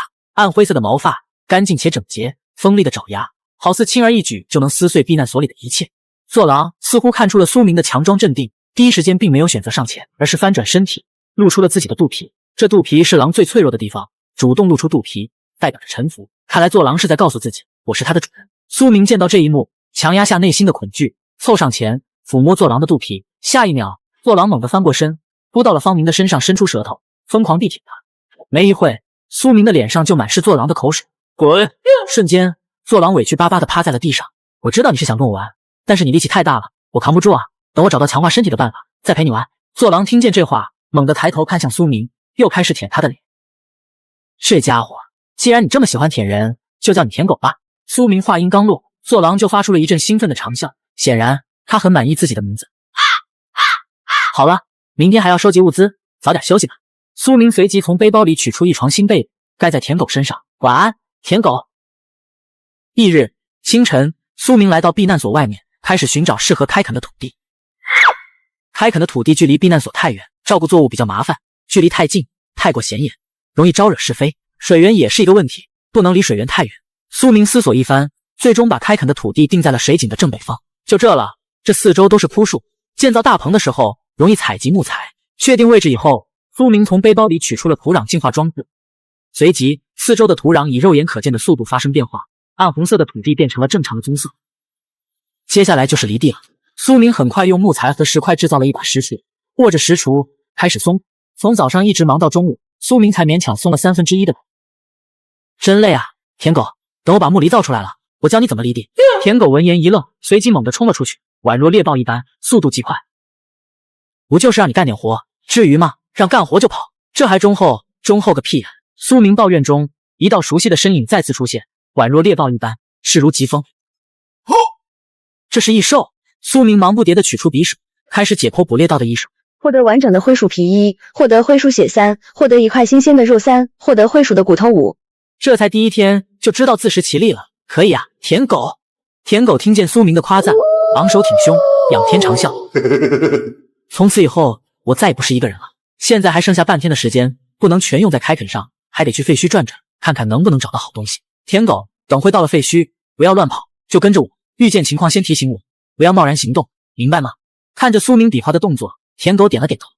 一人一狼来到废墟，在经历了昨天的火熬事件，苏明比之前更加谨慎，警惕地观察着四周，而舔狗则在一旁放风。获得蛋壳3，获得草药抗生素1，获得1瓶秋菊茶1，获得铁针1。铁针，没想到第一个房子就搜出了铁针。制造熔炉需要4个组件，现在鼓风机有了，铁针有了，就差干锅和模具了。获得铁门建造蓝图1，获得神秘藏宝图1，获得空白的纸3，获得普通级皮革1。铁门建造蓝图还行。苏明满意的看着背包里的蓝图，继续走向了下一个房子，轻车熟路的来到了卧室，一个柜子一个柜子得搜刮。前面2个房子都有好东西，不知道这个房子有没有。竟然什么都没有。又是什么都没有。苏明像是瞬间意识到了什么，没有停留，又连续打开了几个柜子，卧室、书房、厨房、厕所、客厅，整个房子竟然搜不到一点东西。有人来过这里，而且搜刮完整个房子，竟然连一点痕迹都没留下。这么强的反侦查意识，普通人绝对做不到。对方很有可能是捕快或者侦察兵，看来在没有足够的把握之前，绝不能跟对方有任何接触。随即，苏明走到一面墙壁下，你上午，我下午，咱们各搜各的，互不打扰。写完后，苏明离开了废墟。与此同时，某个房子的阁楼内，长腿御姐夏一雪，一双明亮的美眸，此时此刻正紧紧盯着他们的背影。才第5天就收服了一只强大的异兽，跟这样的家伙做邻居，还真是让人不安。而且这么大摇大摆的离开，说明他有恃无恐。这个家伙果然可怕。夏一雪在苏明离开后，小心翼翼地走下楼，随即看见了那面墙上的自己。果然还是发现我了，实力这么强大，还这么谨慎，怪不得他能收服异兽。既然他这么说了，应该不会反悔，以后就听他的。上午来吧。天色渐暗，苏明回到了避难，点燃了篝，熟练地取出2块烤肉，放在烧烤架上。舔狗一双闪着幽光的眼睛，死死地盯着烤架上的烤肉，口水不争气地流了下来。吃吧吃吧，吃饱了明天干活。舔狗瞬间狼吞虎咽起来。苏明的烤肉还没吃一半，舔狗就已经吃完了，一双卡姿兰大眼睛又紧紧地盯着苏明。哎，真是怕了你了，再给你1块。苏明随即打开了生存手册，此时36弟似乎找到了新的靠山，在聊天频道里卖力的宣传。虎哥人真的很好，实力也强，你们投奔虎哥绝对没错，相信我。36一，你不会被绑架了吧？你说的话不像你的风格啊。没有，我一个弱女子，绑架我能有什么用？只是虎哥身边太缺人了，我帮他宣传一下，有没有人愿意跟着虎哥混的？私聊，我给你们发坐标。呵，老子有手有脚，有吃有喝，为什么要跟着一个没见过的人混？他算个什么东西？看得出来，从36弟发的消息里，大家都能察觉到不对劲的地方，压根没人信。系统内，一个消息从私信里弹了出来，发来消息的是那个交易普通级补氧净化器的家伙。有，你用什么交易？干锅、模具、补脂、蓝图、补氧净化器，还有特殊物都可以。不远处的某个避难所，夏一雪看见这句话，嘴角抽动了一下。干锅能换多少种子？番茄种子、南瓜种子的实力太少了。你可以不换。这家伙说话真是气人。如果不是搜刮废墟的时候遇见了那个人，自己也不至于着急开垦。希望那个人能遵守约定，留给自己上午的时间吧。行，成交。干锅交易种子成功，获得番茄种子诚实，获得南瓜种子诚实。这边苏明随即又在交易界面淘了2件宝贝，获得炼药台建造蓝图，使用后解锁炼药台建造方式，获得模具，建造熔炉所需要的材料。怪不得10块面包就卖了，竟然需要这么多材料。熔炉是否制造？加上这模具，熔炉的必备材料终于聚齐了。是，这就是熔炉吗？苏明上下打量了熔炉一眼，脸上满是好奇，从背包里取出2根铁管，扔到了熔炉里面。先试一试吧，也不知道能不能成。片刻后，只听见熔炉发出一声闷响，耳旁传来手册的电子合成音。成功了！接下来只要多收集一些铁制品，就能熔炼出更多的铁锭，木门也能升级成铁门了。就在苏明激动中，耳旁传来熟悉的生存第6天，奖励1，极品女优，奖励2，传说级浴缸，奖励3，普通级土壤净化器。这都已经第6天了，这么快？浴缸能带来的帮助很小，但是不管怎样，都是传说级的物品，肯定不一般。土壤净化器作用很大，但还只是粗糙级的土壤净化器，意义不是很大。而这女优我不感兴趣，我选择奖励2，传说级浴缸。获得传说级浴缸，顶级的享受，只有顶级的生存者才配拥有。这浴缸看着和普通的浴缸也没什么区别啊，难道只是体积大了一点，方便2个人洗澡吗？苏明此刻很想烧一桶热水放进浴缸，看看它能有什么变化，但苏明克制住打水的冲动，躺回了床上。劳累了一天，他已经疲惫不堪。第2天清晨，苏明推开了避难所的木门，一个踉跄，差点跪下，揉着自己的小腿和肩膀。这酸爽，昨天松了一天的土，身体都虚了，不行，今天得休息1天，以现在的身体状态，压根干不了。苏明随即提了一个木桶，往水井走去。好不容易休息1天，不能浪费了这个机会，辛苦了5天，也该享受享受了。这传说级水井里打上来的水清澈见底，没有丝毫的杂质，果然牛逼。我来！随着时间的流逝，苏明全身上下好似有一股暖流涌动，滋养着他的身体，5脏6腑都得到了净化。难道传说级浴缸的作用就是缓解疲惫？要真是这样的话，老子赚了呀！一旁舔狗眼巴巴地看着苏明泡澡，一脸羡慕。舔狗，你也上来吧！随即嗷呜一声，激动地扑进了浴缸里面。就这样，一人一狼，差不多泡了1上午的澡。泡完澡，接下来就该好好干活了。苏明带着2狗子来到了开垦的田地，和昨天一样，先是砍树，然后松土。干完今天的农活，又带着2狗子迈步前往废墟。苏明来到昨天留下字迹的房子内，只见墙上清晰地写着一个字，这笔记粗糙，看上去像是没读过几年书的人写出的字。现在的捕快和侦察兵，一般而言都是从专业的院校毕业，受过专业的教育，字迹不会这么差的吧？不对，这个人是故意把字写得这么丑的，是怕别人根据他的字迹推断出他的身份吗？算了，不管他了，只要他言而有信，我跟他应该不会有什么交集，想再多也没意义。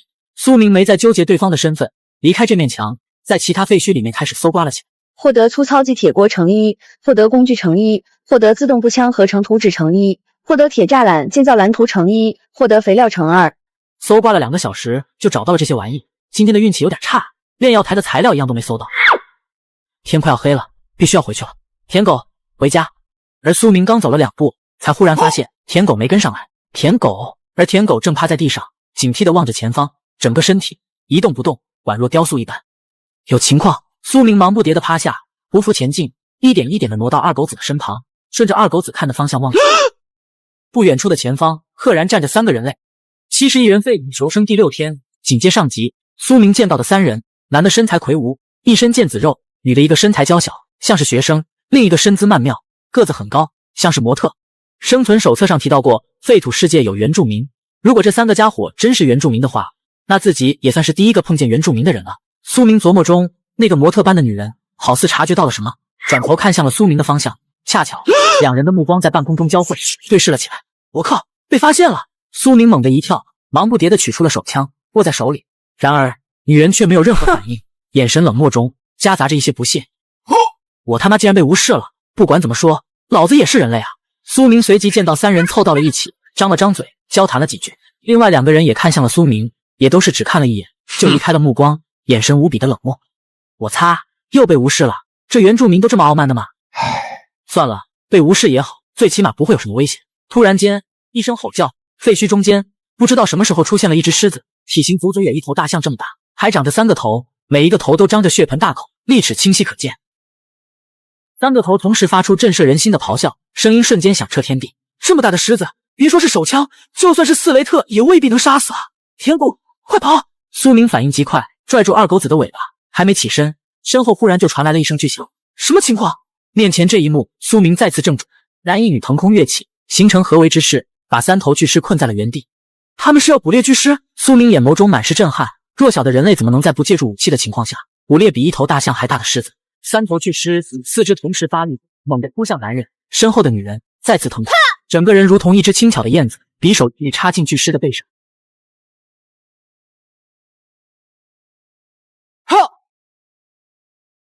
拳风都能把人掀翻，这家伙的力气到底多大？终于明白他们为什么敢大摇大摆地站在废墟中间，这么强的力量，小型异兽还不是来一个杀一个？巨狮吃痛，发出愤怒的咆哮，带动身体朝一旁的房子撞去，最后因为躲闪不及，被落下的砖块砸中，晕了过去。魁梧男人也被掩住胳膊，剧痛之下动弹不得。这时，一道红光忽然笼罩魁梧男人，下一秒，魁梧男人的身体瞬间发生了变化，肌肉化。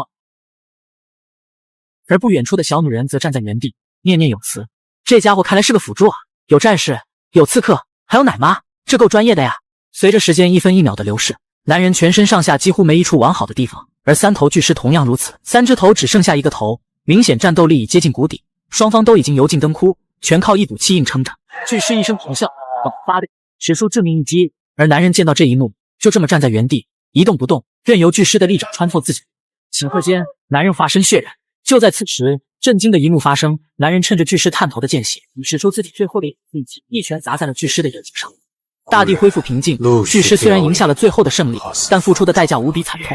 即便他能活下来，也活不了多久。失去了眼睛的他，也会因为找不到食物而死亡。如此强大的存在，毁灭只在眨眼间。废墟世界果然残酷。陆明看着天空，眉头紧皱。天色已经暗淡下来，现在回去，怕是已经晚了。走到一半，气温就得降下来，到时候必须要生火取暖。在废土的黑夜里生火，就是找死。留下来，借着巨狮的余威，说不定还能活。苏明沉思片刻后，最终决定留下来，小心翼翼地绕过巨狮，用收集的材料制作了一个篝火。片刻后，黑夜降临，气温瞬间降到了0度，还是有点冷呢。没想到第一次在晚上离开避难所，竟然是因为看热闹。房子外面一片寂静，苏明知道因为巨狮在这里，其他异兽不敢接近。要是巨狮不在，此时的废墟早已经都是异兽的嚎叫声了。看来赌对了呀！突然间，屋子外面忽然一声巨响，苏明下意识地取出了手枪，紧紧攥住。怎么听着有点像是重物砸在地上的声音？难道？苏明小心翼翼来到窗户边，不出他所料，巨狮倒地了。而倒在地上的巨狮旁边流着满是红黄色的液体，这家伙看来是挺不过今晚了。自己要不要送他一程？如果不出手，以巨狮顽强的生命力，极有可能撑到天亮。天亮以后，麻烦就多了。苏明犹豫当中，最终做出了决定，送他一程。提前杀死巨狮，就可以有整整1个晚上的时间解剖巨狮。即便天亮以后立刻离开，也能有不少收获。天狗，你去放风，遇见情况立刻告诉我，明白吗？舔狗闻言，二话没说就离开了房子，在废墟的边缘巡逻起来。另一边，苏明来到了巨狮的面前。不得不说，3头巨狮的威慑力确实强大，即便他已经奄奄一息，站在他的面前，还是感到有点发怵。再见！一声摘吻，子弹径直穿透巨狮的最后一个脑袋。强大的3头巨狮彻底死亡。苏明并没有着急解剖，而是在废墟间搜寻了起来。他需要确认那2个女人有没有死。我可不希望解剖到一半，一把匕首出现在自己喉咙上。片刻后，苏明找到了第一个女人。不知道这些原住民和人类有什么区别。苏明仔细地观察了一下，包括体型、身材、相貌，都和人类没什么区别，都是2条胳膊、2条腿，怎么他就能跳这么高？苏明感叹了一声，伸手便放在了女人的脖子上，没脉搏，看来是嘎了。苏明又再次起身，来到那个辅助小萝莉身旁。这脉搏的跳动很明显，这个妹子看来还活着。苏明呼吸一滞，一个麻烦摆在了他的面前，是杀了他，当做一切都没发生过，还是置之不理，任由他自生自灭。这个气温，用不了多久，活人也能冻成死人。看着这张精致的小脸，苏明叹了口气，从背包里取出了一床棉被，盖在了他的身上。说到底，他还只是一个半大的孩子，我也不是什么圣母，让我嘎掉一个跟自己无冤无仇的孩子，我实在下不了手。看他一时半会还醒不过来，快点收集物资，快点离开，应该不会有什么问题。苏明转身离开，开始解剖3头巨狮。苏明专注的解剖的同时，没注意到的是，在他身后的不远处，棉被下长长的睫毛颤动了2下，一双水汪汪的大眼睛缓缓睁开。上集说到苏明全神贯注的在解剖巨兽，全然不知小萝莉已然醒来。我这是在哪儿？我这是被绑架了，手脚也被人绑了起来。就在此时，外面传出一阵悉悉索索的声音，有人在割肉，一下都没停。难道是3头巨狮？只有这样的大型异兽才有这么多的肉，外面那人敢这么明目张胆的收割3头巨狮，看来林姐和刘叔已经遭遇不测了。这边苏明背包里的血肉不断的增加，获得1块新鲜的肉诚实，获得3头巨狮的血液诚实，获得3头巨狮的骨头诚一，获得狂狮之心诚一。苏明从头到尾没有休息1刻钟，一晚上下来背包里足足装满了500块肉。就这500块肉，不夸张的说，现在我就是废土上最富有的生存者，没有之一。旭日东升，天渐渐亮了起来。苏明扔掉手里的补刀，满意的从地上爬了起来。舔狗，回家。等等，那个小萝莉还躺着呢，这要是把她忘了，用不了多久，异兽就得把她生吞活剥了。喂，醒了没？醒了就动一下。不行，要是落在他的手上，自己一定会被折磨死的，倒不如咬舌自尽，还能少受一些痛苦。我给你旁边放了把古刀，能割断绳子，你动作快一点，或许还能活命。话音落下，脚步声越来越小，到最后逐渐消失。这是什么意思？他放过我了？难道首领说的是错的？营地外面还有好人？随即，赵一抬眸看向前方，眼前的景象让赵一脸上露出不可置信的表情。这是3头巨狮，骨架之间无比干净，一点肉都没剩下，简直比刘叔他们还绝。估计秃鹫见了都得流泪。对了，刘叔和林姐。赵一想起，忙不迭地朝四周找去，仅仅片刻，赵一就找到了魁梧男人和高挑女人的尸体。刘叔，林姐，对不起，依依没用，不能带你们回去了。赵一一边哽咽，一边开始挖坑掩埋尸体。刘叔，林姐，我走了，你们在下面要照顾好自己。不对，营地在哪儿？我压根不认识回去的路。以前刘叔和林姐在我都没考虑过认路的问题，而现在我怎么回去？不管了，看看能不能找到熟悉的路吧。另一边，苏明回到避难所，系统的声音响起：生存第7天，奖励1，精良级避难所扩建蓝图；奖励2，力量强化药剂；奖励3，普通级土壤净化器。难得呀，这3个奖励全都是自己想要的。现在这的空间太小了，放完浴缸，连落脚的地方都没。药剂和净化器虽然有用，但在交易界面也能找到，没扩建蓝图那么少见。我选择奖励1，扩建蓝图。获得精良级避难所扩建蓝图，使用后避难所空间增加100平方米。100平方米，粗糙级的只能增加5平方，精良级的竟然能增加100平方，足足是粗糙级的20倍啊！一阵耀眼的白光笼罩整个避难所，白光散去，原先拥挤的小地窟摇身一变成了大平层。现在别说1张大床，就是10张也放得下，总算有点家的样子了。苏明随即架起3堆篝火，开始了烤肉。打开生存手册，一道消息忽然弹了出来：救我！是交易土壤净化器的家伙。怎么救？有人追杀我，我需要武器。对方几个人？3个，有枪。要是1个人我还能见，但是3个人的话，而且我也就只剩下3颗子弹。只要我能活下来，我所有的东西都是你的。我是局里的格斗冠军，只要给我武器，我能反杀，请你相信我。这么说，他还是个警察，可这手枪是自己最大的底牌，给了他，万一拿不回来，损失就大了。苏明犹豫了片刻，最终做出了决定。对不起，我无能为力，你还是另找他人吧。然而，苏明这段话还没发送出去，一个交易请求弹了出来。对方向你发出交易请求，交易物品：1块面包乘11，1瓶干净的水乘7，普通级土壤净化器乘1，粗糙级土壤净化器建造蓝图。不出意外的话，这就是他的全部身家了，把所有东西全都送过来了。看来他已经到了10万火急的时刻了。这样的话，我不表示一下，就有点说不过去了啊。手枪借你，只有3发子弹，省着点用。话音落下，背包里手枪和子弹消失不见，取而代之的是几十样东西，各类图纸、蓝图7、8张，还有各种物品。就算手枪拿不回来，能换到这些东西也算值了呀。此时此刻，废墟里，长腿御姐夏一雪被3个男人追杀，小腿也被子弹击中，正躲在某栋房子的阁楼里。小妞，快点出来，别让爷找你，不然等爷找到你，可有你好受的。小妞，我看见你了，快点出来，让爷好好疼疼你。在夏一雪发出交易请求后，时间1分1秒流逝，眼见还是没有回应。如果还不愿意帮我，我也不能被别人折磨死。渐渐的，夏一雪已经绝望，做好了殊死一搏的准备。对方向你发起交易请求 ，HK45 半自动手枪乘1， 45口径子弹乘3。手枪借你，只有3发子弹，省着点用。3个人，3发子弹足够了。71人废求生第7天，紧接上集。在夏一雪借到手枪后，一个精瘦的男人握着长矛，一边喊话，一边朝着阁楼靠近。小妞，别躲了，爷都看见你了。下一秒，地面上的血迹引起了男人的注意。看来那女人就在这阁楼里面了。精瘦男人随即握紧手里的长矛，看着敞开的木门，大力快开！嘿嘿嘿，小妞，爷找到你了。男人举目四顾，除了废弃的木箱，房内空无一物。怎么不在这？然而就这一愣神的功夫，忽然一把匕首插进了胸。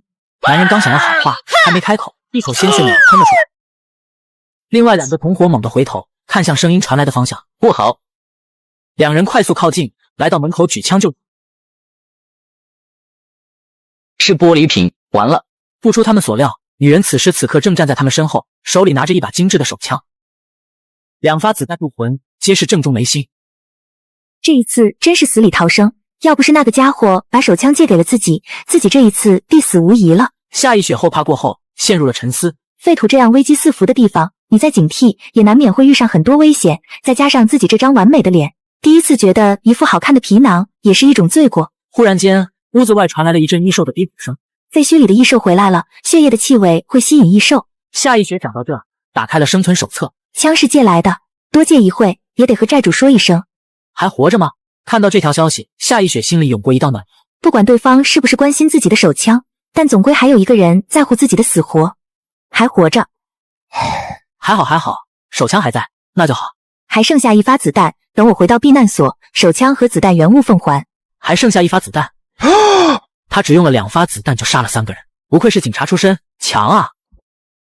以后你用这个联系我吧。这是苹果15 Pro Max， 太贵重了吧？没事，这是我左下角领的，左下角安排了1万份新款苹果和华为 Mate 60 Pro， 上线就能看见领手机页面。那我也可以吗？不会被抢完了吧？放心吧，都1人1份的，只有看到视频的才能领。你也去领一台，苹果华为任挑。有没有什么诀窍啊？你跟着我攻略，点左下角链接进去下好游戏，开局选上黑悟空幻化斗战神佛，领上专属礼包码，晃晃几棍子飙升300级，战力破亿，直接霸榜全服，苹果华为立马到手。那我这就去。苏明想了想，又看了看背包，随即点击了交易。交易物品：1块面包乘4，1瓶干净的水乘10，普通级铁铲乘1。这些物资自己留着也没什么用，倒不如先借给他吧。这些东西借给你，5天之后还我。看到苏明发出的交易请求，夏一雪整个人都怔住，能感受到他是真心想让自己活下来。一个只交易了2次的陌生人，能做到这一步有多么的不容易，而且现在找一个可以信赖的合作伙伴，比登天还要难。夏一雪想到这，眸光闪烁。废土世界，一个人生存太难。还好吧，没觉得有什么难的。那是你还没遇见其他坏人。谁告诉你我没遇见过其他人的？有什么就直说吧，再借你点东西也不是不行，但要收利息。哼，这家伙脑子里面除了物资就没点其他东西了吗？我的意思是，我想跟你一起，2个人生存总比1个人强。还得感谢你教我左下角领手机呢。不必客气，认准我左下角链接下好游戏，领手机快人一步。避难所里，苏明看到这条消息，顿时傻眼。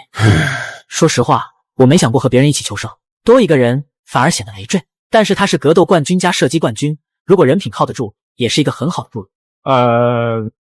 抱歉，我还是习惯一个人。哪尼？什么？习惯一个人？红鬼呢？没想到自己警校一枝花也会有被人嫌弃的一天。嫌弃我是吧？我还偏要跟你一起。人类是群居动物，抱团取暖是大势所趋。我知道你能力很强，一个人也能生活得很好，但这只是暂时的。等废土上出现大规模的人类势力，像你这样的独行侠，很难再有生存的空间。抱歉，你是个好人，但我只想一个人安静的生活。该死的家伙！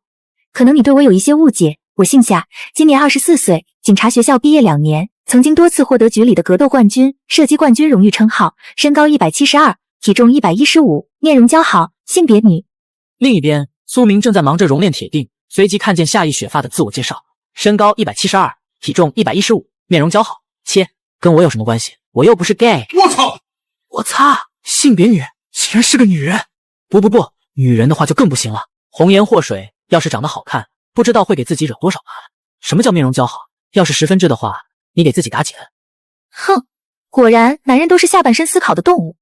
我给自己打10分。没毕业前我就是警校的校花，毕业后更是有无数人争着抢着献殷勤。抱歉，咱俩不合适。10分都不合适，这家伙到底是什么意思？如果你是5分，咱俩还有可能6分，勉强也能接受。但是10分的话，对不起，我只能说咱俩不合适。这段话如同一针刺中夏一雪的心脏，一时间夏一雪气的呼吸都停止了。滚！夏一雪关上了生存手册，自顾自的生着闷气。合作不成，仁义在，骂人干什么？这人的脾气还真是怪。随即，苏明打开了交易界面，长期收购各种珍稀物品，包括但不限于各种图纸、蓝图、药剂、价格私聊，收购烧杯、酒精灯、蒸发米，长期加工铁矿石，出售铁锭，要的私聊。再拥有大量的烤肉，一时半会也吃不完，倒不如换成图纸，收购烧杯啥的这些物品。消息发送出去，没一会苏明就收到了加工铁矿石的订单。接到订单，开始干活。10块铁矿石，我抽成1块，不算多，也不算少。苏明随即把收到的铁矿石全都扔到了熔炉里。熔炼铁矿石需要6个小时，这样我去争取把剩下的荒地开垦完，明天开始建造。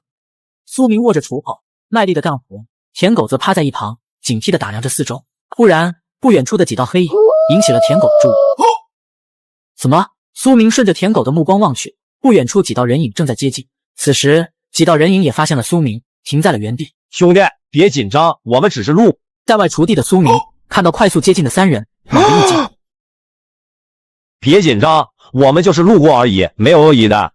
我给你们2分钟的时间，马上离开这里。好啊！对方随便应付了一声，便迈步走向苏明。苏明也紧盯着他们，同时打开了生存手册。手枪还我，有急用。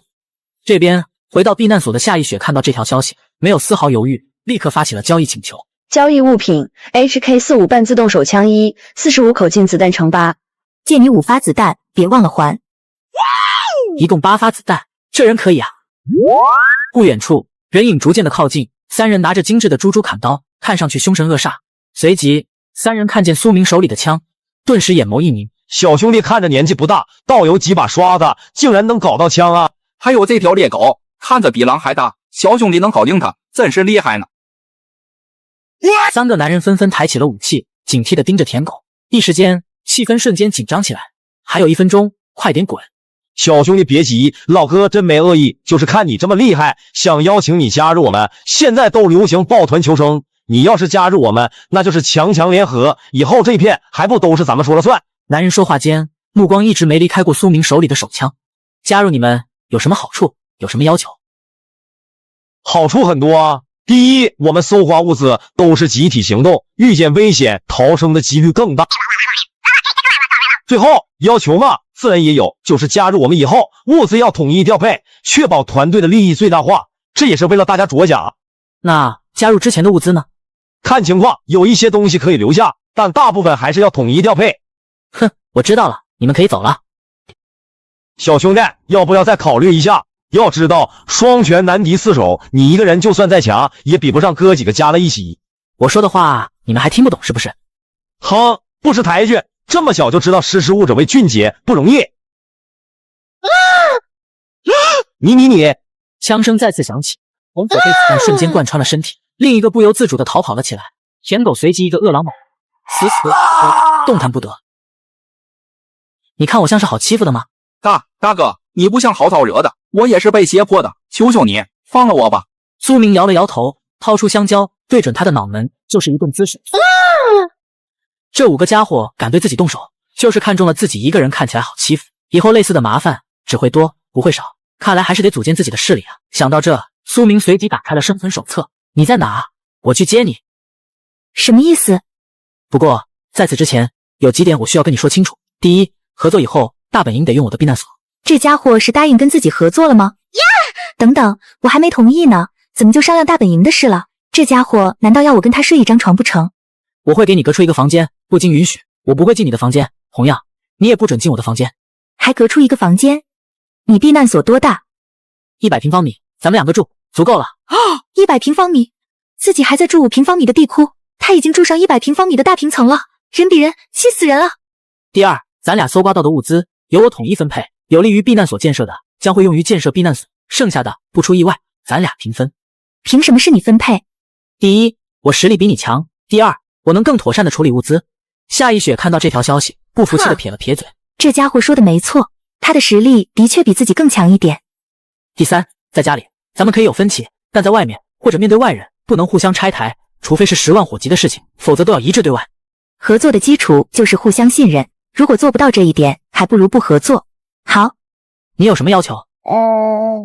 我只希望见面以后你不会后悔。放心，我从不为自己做的决定后悔。希望如此。不就是长得丑吗？猜也能猜出来了。我本就没想找一个美女做伙伴，长得丑又有什么大不了的？要是没其他要求，咱们之间的规矩就这么定了。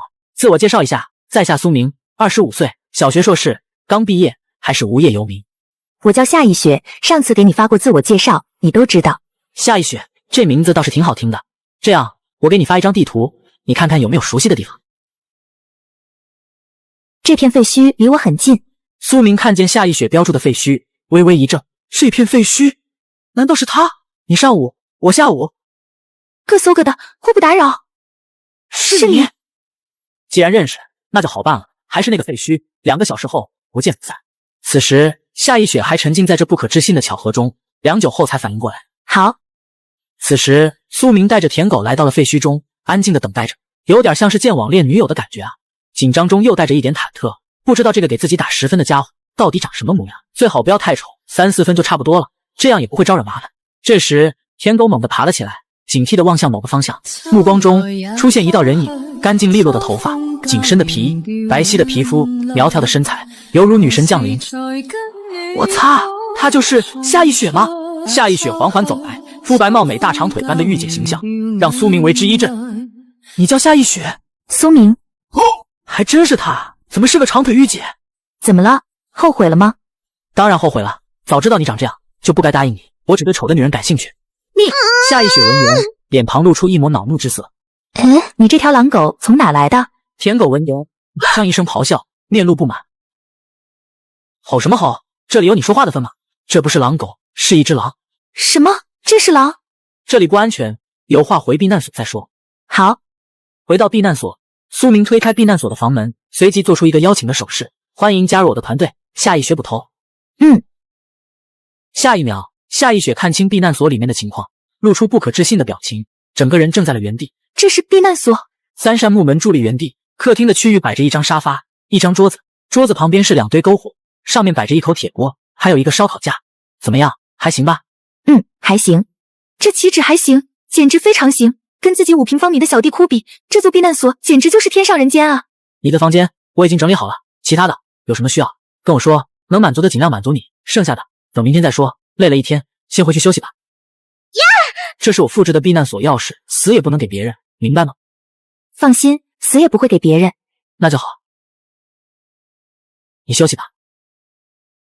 无论是在废土还是在局里，我都非常排斥跟别人身体接触，但是他给我的感觉非但不排斥，反而觉得心里面涌过一阵暖流。另一边，苏明回到房间以后，再次发布了收购的消息。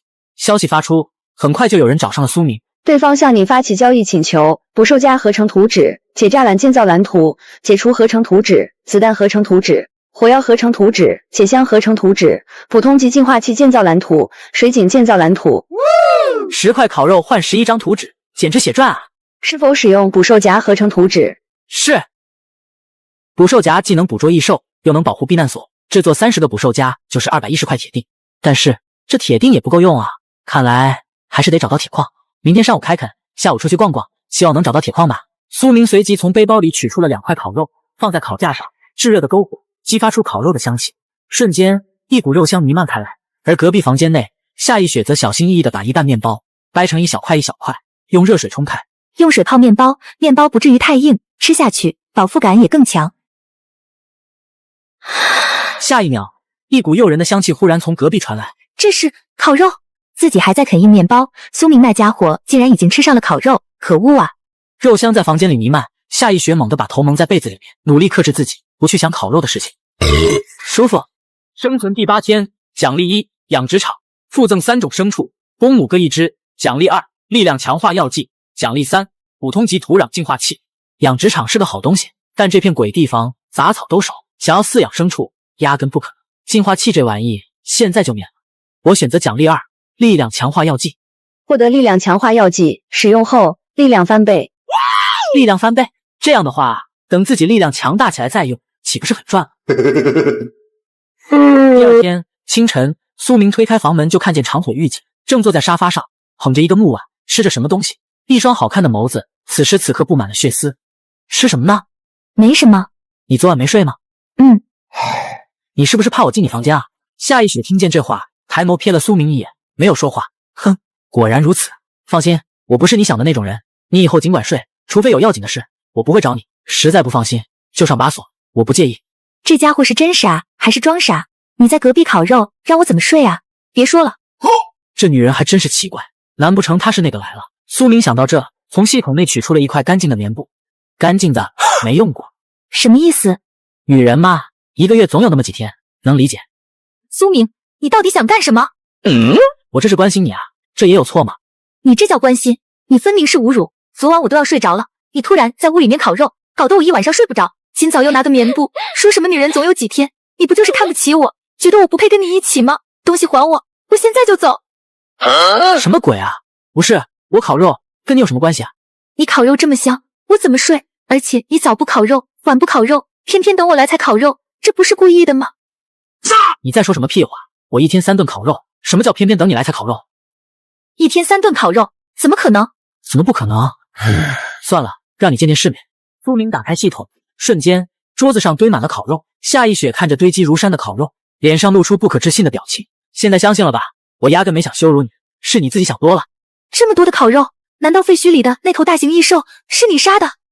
苏明掏出的一堆烤肉，把夏一雪震惊的好一会才缓过神来。难道废墟里的3头巨兽是你搭的？只有那3头巨兽才有这么多的肉？算是吧。虽然不是靠自己一个人杀掉的，但也有自己的一点功劳。这么强大的异兽他都能斩杀，我能知道你是怎么杀了他的吗？不能，你还没回答我，你吃的什么呢？面包泡了热水。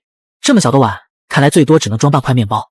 你应该是把一块面包掰成2份，早上一顿，晚上一顿吧。夏一雪闻言，自顾自地吃着饭，没有回话。这块烤肉给你，快点吃，吃完咱们出去干活。哼，无功不受禄，咱俩只是合作关系，你没义务管我的伙食。你想多了，这是预支的报酬，等会要干体力活，我可不希望你干到一半饿晕过去。夏一雪看着烧烤架上诱人的烤肉，表情出现了无数次变化。对了，我这里还有打火机和盐，可以借你。此时此刻，苏明正用一种奇怪的眼神看着夏一雪，打火机和盐放桌上了，要用你自己拿。不就是块烤肉，至于吗？搞得好像那啥了一样。妈呀，吃相这么难看，丢死人了！早餐过后，苏明带领着夏一雪来到传说级水井前，这就是我们的水源，稳定可靠，以后搜刮的时候水就不用拿了，直接到这来取。好，水井附近是我开垦的耕地，等会你把你的土壤净化器也放在这里，咱们一起开垦，最多5天就能完工，到时候再建造大棚，种植作物。这是上午干的活，下午的话，咱们要探索一下附近，看看能不能找到铁。随后，别看夏一雪一副娇贵的样子，抡起锄头来，一点也不比苏明差。很快，两人只用了2-3个小时就开垦出了一大片田地。今天就到这，下午咱们一起去找铁矿。两人坐在木板上补充了一下燃料，随即起身前往了下一个目的地。两人很快走了1个多小时，附近除了荒草枯树，别无他物。再往前走，可能还是什么都找不到，纯粹就是浪费时间。苏明，看那边。顺着夏一雪的目光望去，不远处，一座小山丘上，一只看上去像牦牛一样的异兽，此时此刻正趴在地上吃着土。原来废土上还有吃土为生的异兽，吃土都能吃得这么强壮。苏明，牦牛后面有露天铁矿，你确定？这种露天铁矿我见过，不会认错。真是踏破铁鞋无觅处，没想到自己一直找的铁矿就在眼前。天要黑了，咱们先撤，明天再来。好。看这地图，想要靠近矿山，必须驱赶那群异兽，那是去往矿山的必经之路。苏明正当发愁怎么驱赶异兽时，一道交易消息传来：大佬，最近又弄到2张图纸，你要吗？还是10块面包1张，有多少？我全要了。对方向你发起交易请求，鞭炮合成图纸，烟花合成图纸。我靠！鞭炮、烟花，真是想要什么来什么啊！同意。获得烟花合成图纸乘1，获得鞭炮合成图纸乘1。有了鞭炮和烟花，还怕赶不走异兽吗？背包里制造鞭炮和烟花的原材料，就差硝酸盐这一项了。苏明随即在交易市场寻找硝酸盐的交易信息。硝酸盐1块面包1份，大量出售火药1块面包1份，无限量供应。这么贵，而我至少需要5份烟花，这些加在一起换成就是2块烤肉了，这还不算鞭炮这些。苏明没再纠结，一口气买了120份硝酸盐，200份火药。是否制造？是。白光照，片刻，桌上出现了大量的烟花和鞭炮。有了这些玩意，铁矿石还不是手到擒来。一阵开门声响起，夏一雪刚刚洗完澡，身上还围着浴巾。这是烟花和鞭炮，明天要用的。你想要抓异兽，这有点冒险啊。生活在废土，什么都不做才叫冒险。说话间，苏明的眼神坚定且自信。好，那就听你的，明天抓异兽。苏明随即跟夏一雪花了1个多小时商量布水细节。现在只剩下一个问题，引燃烟花和鞭炮需要3个人，而我们只有2人。不就是点鞭炮吗？舔狗也能做呀。舔狗，就算他很聪明，知道怎么点燃鞭炮，但还是容易出现意外。行吧，明天先让2狗子试试，能行的话就让他来，不行就按原计划来。好。苏明从背包里面取出3块烤肉，明天早上要布置陷阱，吃饱了好干活。就这样，天色彻底暗了下来。客厅里烛火摇曳，2人加1狗，1口面包，1口烤肉，静静地享受着美食。早点休息，明天一早就出发，争取天黑之前做完一切。这声音，哎呀，自己怎么会发出这样的声音？丢死人了！都怪这一次吃的太饱，以后说什么也不能吃这么饱了。回到房间中，苏明躺在床上，琢磨着明天的计划。要是能再来一个人，就完美了呀。不过在这废土，想要找一个值得信任的帮手，比登天还难。然而，苏明正想着当中，系统的提示声再次响起：71人废求生地铁篇，奖励1，养殖场；奖励2，极品美女护卫；奖励3，女护士。哇哦！这系统是不是会读心术啊？怎么刚想护卫就来了2个？我选择奖励2，极品美女护卫。废土上最珍贵的就是忠诚，而且还是极品美女级护卫。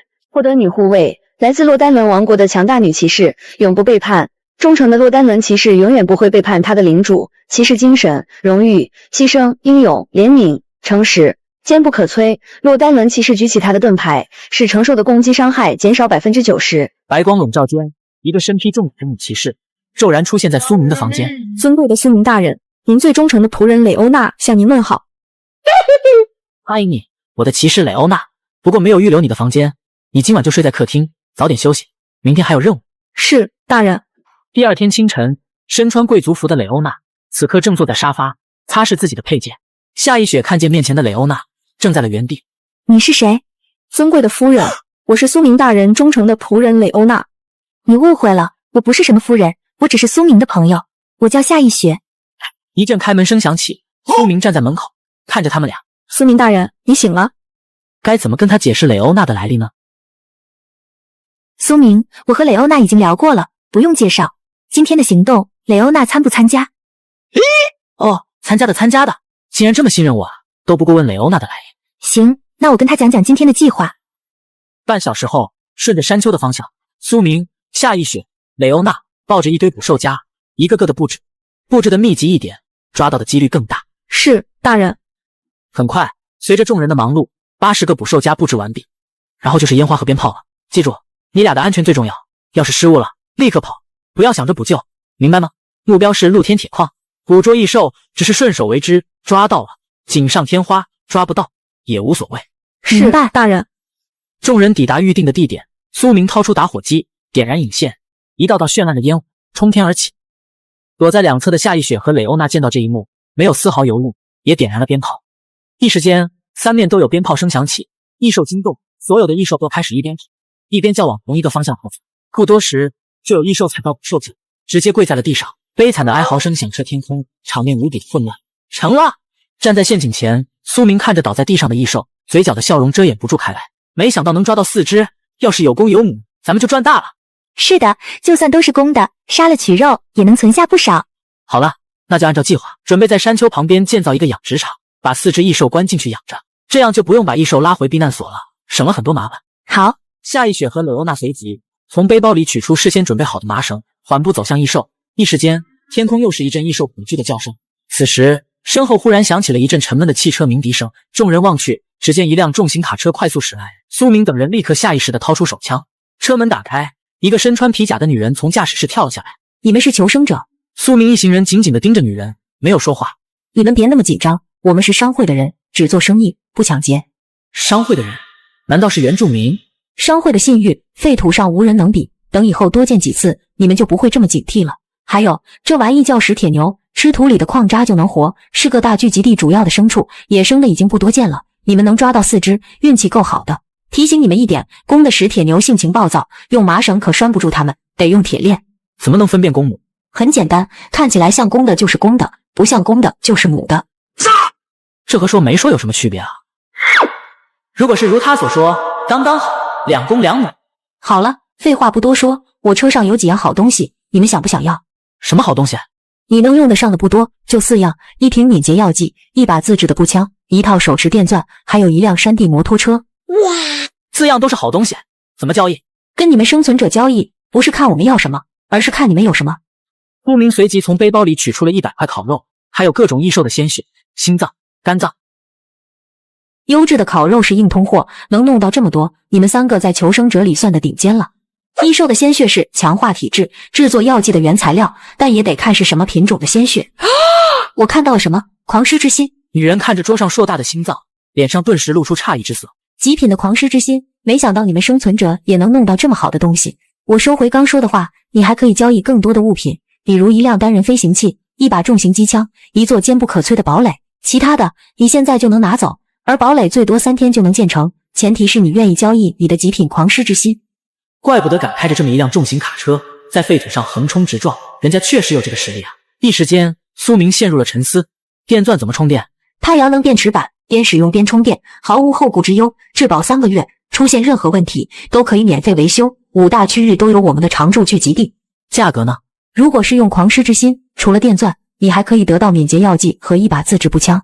我不用狂狮之心，那就100块烤肉，便宜一点。商会从不讲价，卖给你是100块烤肉，卖给其他人也一样。除了300块储备粮，用于交易的就只剩下109块。如果买电钻，就只剩下9块。一把电钻值不值得付出这么多？我想看看货。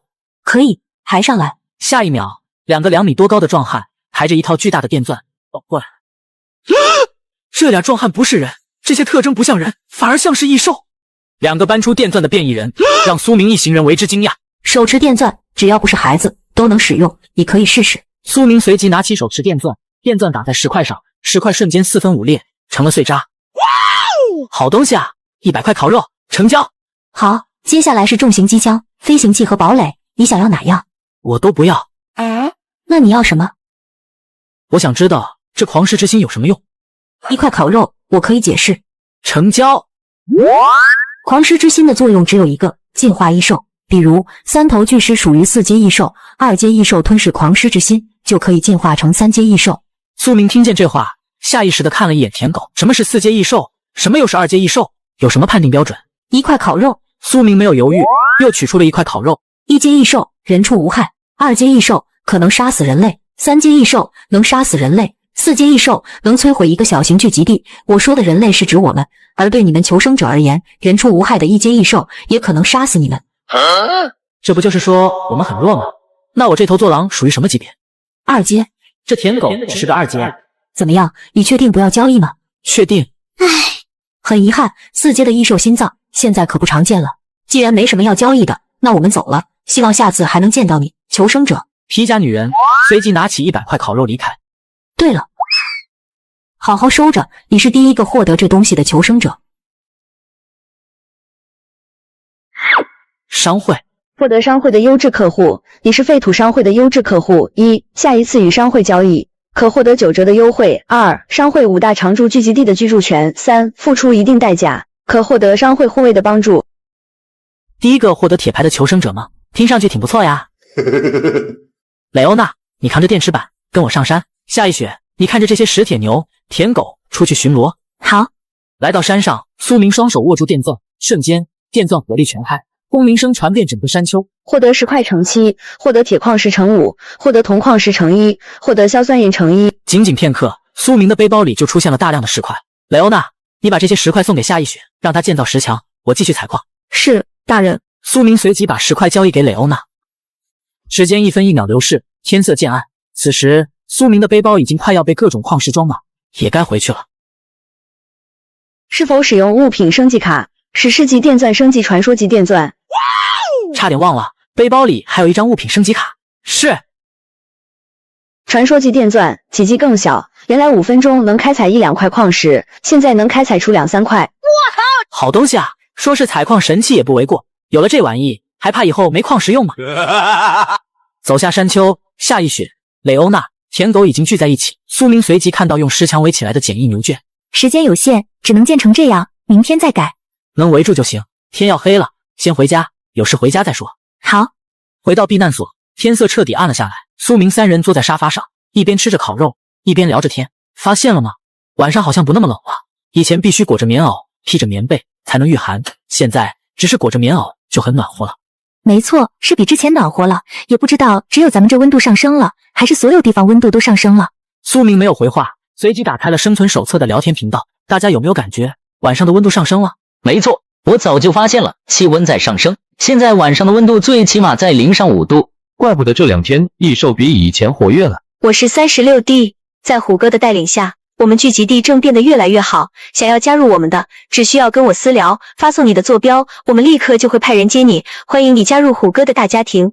呵，整个荒漠，谁不知道它是什么东西？烧杀抢掠，无恶不作。遇见虎哥，光是在频道求救的就不下3个人了，你们还好意思在频道宣传？就是，老子就算是饿死，也不会跟着你们做强盗。显然，大家对废土强盗都十分的不屑。看来随着温度上升，废土的夜晚会变得更加危险。苏明想到这，走到避难所的大门前，打开了建造表。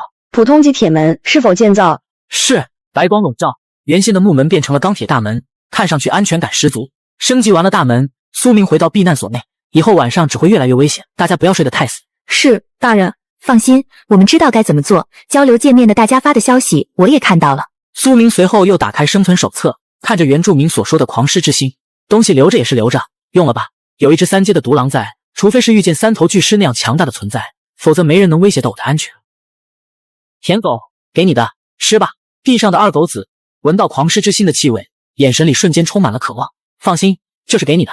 舔狗嚎叫起来，便扑向了狂狮之心，一口一口的撕咬起来。仅仅片刻，舔狗的身体悄然发生变化，体型整整变大了一圈，仅仅是站在原地就给人一种不可冒犯的凛然之感。铜皮铁骨，巨狼分离了的血脉得到激发，防御力增长 80%， 持续时间10分钟。失血，吸收血液后，攻击力增长 10%。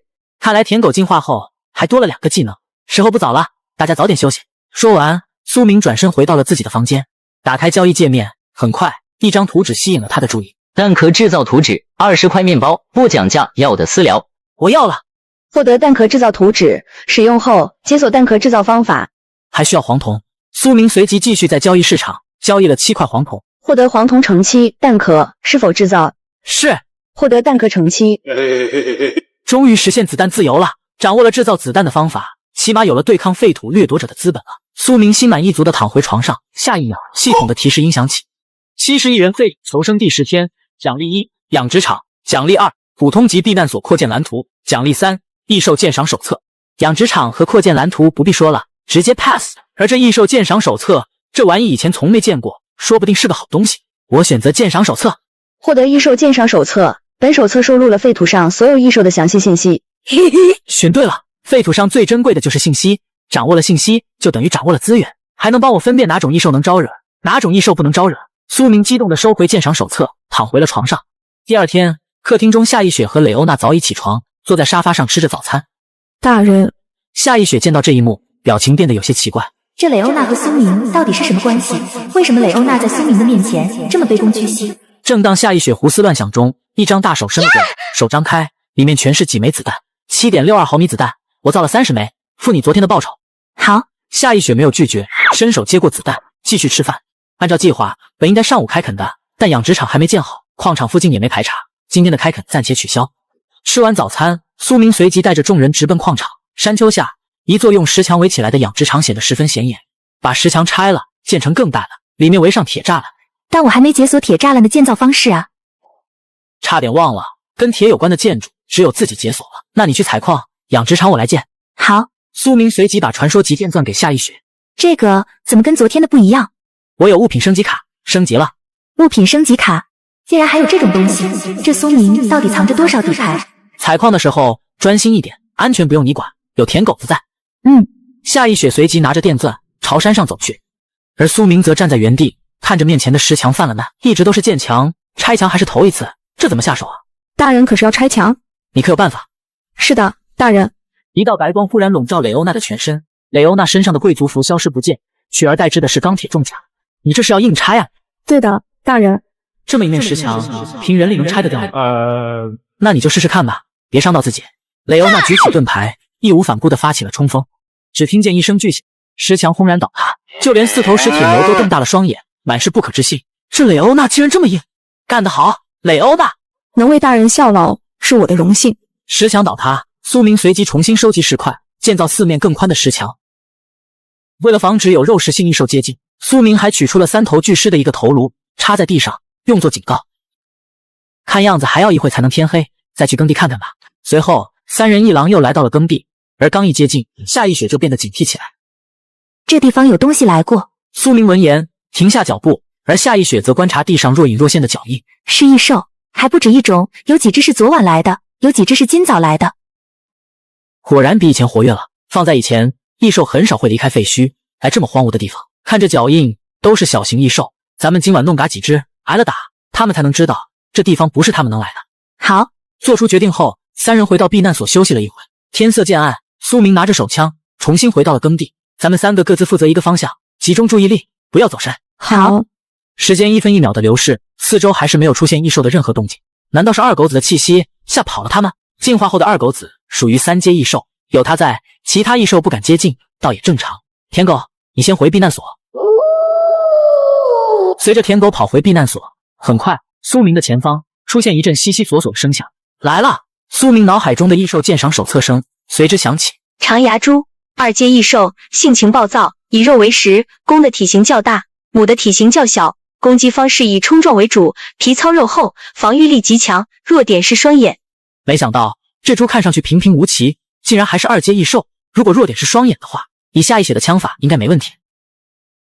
看见那头长牙猪了吗？打他的眼睛！一声枪响，凄惨的哀嚎，长牙猪重重地砸在了地上，死了。就这，看来这异兽鉴赏手册还真是好用啊。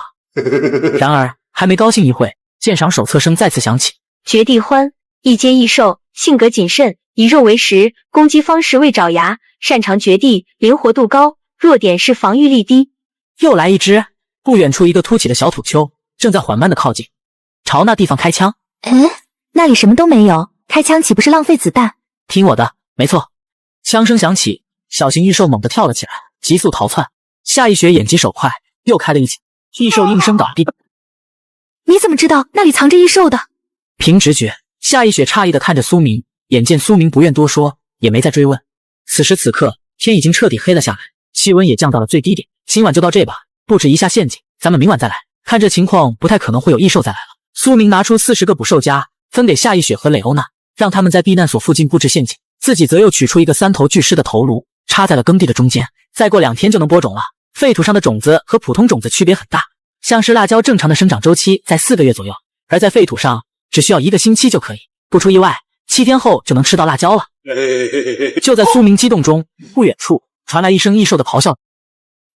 就在苏明一阵激动时，不远处传来一声异兽的咆哮。短面熊，3阶异兽，性情狂躁，杂食，公的体型较小，母的体型较大，攻击力强，防御力高，暂无明显弱点。攻击力强，防御力高，还没明显弱点，这怎么打？不远处，一个3米多高的庞然大物载着雷霆之势狂奔而来。夏一雪眼疾手快，对准巨熊的眼睛就是一枪，子弹击中，只留下一个小小的血洞。巨熊瞬间激怒，咆哮着冲向苏明，锋利的刀毫不留情地拍向苏明。坚不可摧！蕾欧娜技能触发，巨熊这一掌被蕾欧娜硬扛了下。夏一雪抓住剑气，再次连开3枪，2枪击中肩膀，1枪击中眼睛。片刻，巨熊恢复理智，再次扑向苏明。蕾欧娜仍旧义无反顾地等在苏明的面前。随着一声长啸，舔狗而起，越过蕾欧娜，直接咬了自己的手臂。苏明、夏一雪连忙4、5发子弹同时射出，子弹击中巨熊的口唇，溅起一阵血花，3米多高的巨熊轰然倒下。真尼玛吓人啊！如果没有蕾欧娜、夏一雪、舔狗子，自己早就变成巨熊的盘中餐了。先解剖巨熊，能带走的都带走，剩下的明天再来收拾。是，大人。蕾欧娜、夏一雪取出匕首，开始解剖。获得1块星星的肉乘17，获得短面熊的血液乘2，获得短面熊的骨头乘5。苏明3人捣鼓了2、3个小时，才取走所有的血肉。大家辛苦了，早点休息，有什么事明天再说。大人，你手里可是加价都买不到的华为 Mate 60 Pro， 还用抢吗？这是我与左下角联合准备的5000台华为 Mate 60 Pro， 粉丝点链接下载注册即可看到领取界面。怎么我只领到了苹果15 Pro Max？ 苹果是保底福利，人人都有份。要得限量版华为得认准我左下角专属链接。那现在去还能抢到吗？人手一份的。开局选上黑悟空，开启斗战神佛形态，幻化分身暴击 BOSS， 再领上首充神装大礼，2天300级不在话下。到时候苹果华为随便你挑。那我也要领。众人各自回房，苏明刚躺下，系统的提示音响起：生存第11天，奖励1，极品女仆，奖励2，御剑术，奖励3，安全门。御剑术，御剑术不是仙侠世界里的玩意吗？怎么会出现在这里？我选择奖励2。获得御剑术，传说中的技能，可以隔空操纵物品，修炼到最高境界，可搬山填海。是否学习？是。话音落下，御剑术消失不见。御剑术隔空操纵1000克以下的物品，持续半分钟，冷却时间4小时。1000克以下还只能持续半分钟，好像也没想的那么强，还以为学会了御剑术就能上天入地，无所不能呢。昨天猎杀异兽的受益，咱们分一下，把血肉分成3等份，你们3个各一份，剩下的一些心脏、肝脏之类的玩意就放在我这里，用于建设避难所，有意见吗？夏一雪没有犹豫，立刻说道：就这样吧，我没意见。三人随即合计，一共得到了132块肉、21根骨头、23份血液、1份肝脏、1份短面熊之心。这些是你的，剩下的放在我这里，用的时候我会告诉你。不用，我相信你。短短的4个字，分量极重，在废土上，没什么比信任更珍贵。两人的目光在半空中交汇，瞬间，两人目光又很快的移开。好，那从今天开始，我准备练枪法，你教我。我教你，但对你而言，枪法不重要。你的作用是主心骨，是引领。枪法准，或许有用，但意义不大。咱们人少，多一个战力总是好的。训练需要大量的子弹，这个子弹的问题呢，怎么解决？子弹你不用担心，只要咱们的露天矿还在，就不缺子弹。苏明十分自信说道。夏意雪闻言也放下了一些顾虑。那好吧，以后我教你练枪，每天1个小时。好，而蕾欧娜，从今天开始，你也要教我练剑。话音落下，夏意雪和蕾欧娜都怔住。又练枪又练剑，会不会太累了？大人，您的身体扛得住吗？我的身体我自己清楚，每天抽出2个小时练习，问题不大。想要在废土生存，这样的身体素质远远不够。要是没舔狗在身边，随便一只2阶异兽都能杀了自己。左下角就是快呀，遥遥领先发货了。随即一整个早上，苏明都在跟着夏意雪练枪。下午，苏明又来到了耕地，是时候播种了。不过这巨熊的血液渗入到了地里，也不知道会不会对种子产生影响。苏明犹豫片刻，也没想这么多，随即把小麦、辣椒、花椒、南瓜、番茄、黄瓜、白菜7种作物播种了下去。接下来就是等它发芽成熟了，不出意外的话，7天后就能吃上辣椒炒肉了。耕地不远处，又是3个精瘦的男人，手里拿着武器，四处张望着。你们闻到了吗？闻到什么？血腥味，很重的血腥味。你俩打起精神，咱们可能要有麻烦了。元哥，要不咱们别往前走了，撤吧。撤了以后地图怎么办？虎哥问起来怎么说？就说咱们撞见异兽，没法往前走了呗。哼，废墟都越过去了，还撞见异兽，你觉得虎哥信吗？一时间，众人眉头紧紧皱了起来。他们3人是探索队，分别把地形、物资、异兽分布记录在地图上。要是探索时间太短，或者探索地区太少，都会被虎哥惩罚。这样吧，咱们再往前走走，小心一点，遇见危险就撤，也算给虎哥一个交代。好，3人随即一点一点向前挪动。袁军拨开树木，眼前一幕让他愣住。肤白貌美，大长腿，气质还好，简直甩36D一条街。这种级别的美女竟然能活到现在，最重要的是他们身边还只有一个不那么强壮的小年轻，看上去那么不堪一击。对面就一个小年轻，咱们3个稳一点，找机会弄嘎他。剩下2个女人，怎么样，干不干？好，那我数1、2、3，咱们同时开枪，总有一枪能中。好，1、2、3，开枪。话音落下，3声枪响，3人同时中弹。然而中弹的不是对面的一男2女，而是他们自己。3人低头一看，自己的手掌已经被子弹穿透，而对面的一男2女也已经走到自己的面前。交出物资，不嘎你们！71人废土求生第11天，紧接上集，3个酷似思聪的男人正被苏明拿着香蕉威胁道：“交出物资，不嘎你们！”大佬，我们身上没物资啊！苏明闻言，眉头一挑，二话不说，对准袁俊的肩膀就是一枪。我的耐心可是有限的。另外2人被这一幕吓得瑟瑟发抖。大佬，我们身上真没物资，物资都放在营地了。营地？什么营地？距离这里多远？有多少人？这2个蠢货提起营地，不是逼着人家嘎人灭口吗？哎，大佬，我们营地离这很远，除了我们3个，没几个人了。鬼话连篇。袁俊瞪大了双眼，直到意识消散那一刻，脑海里始终只有一个问题：为什么先杀我？聒噪！你们2人回答我！求求你饶了我们吧！可以，回答了我的问题，我就放你们走。真的吗？君子一言，驷马难追。回答的好，还有好东西给你们啊！华为 Mate 60，谢谢大佬。这不是给我们的吗？谁说给你们了？我是说可以叫你们去左下角里。左下角我们去过，早抢没了啊！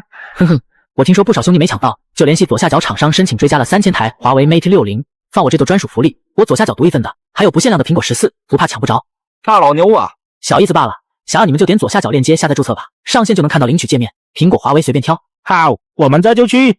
现在该你们回答问题了。大佬，我们营地里有30多个人，老大是胡哥，他这个人脾气太暴，动不动就要打人，营地里的兄弟们都很怕他。大佬，你留我一条命，我给你带路，回到营地。嘎了胡哥，营地里的一切就都是您的了。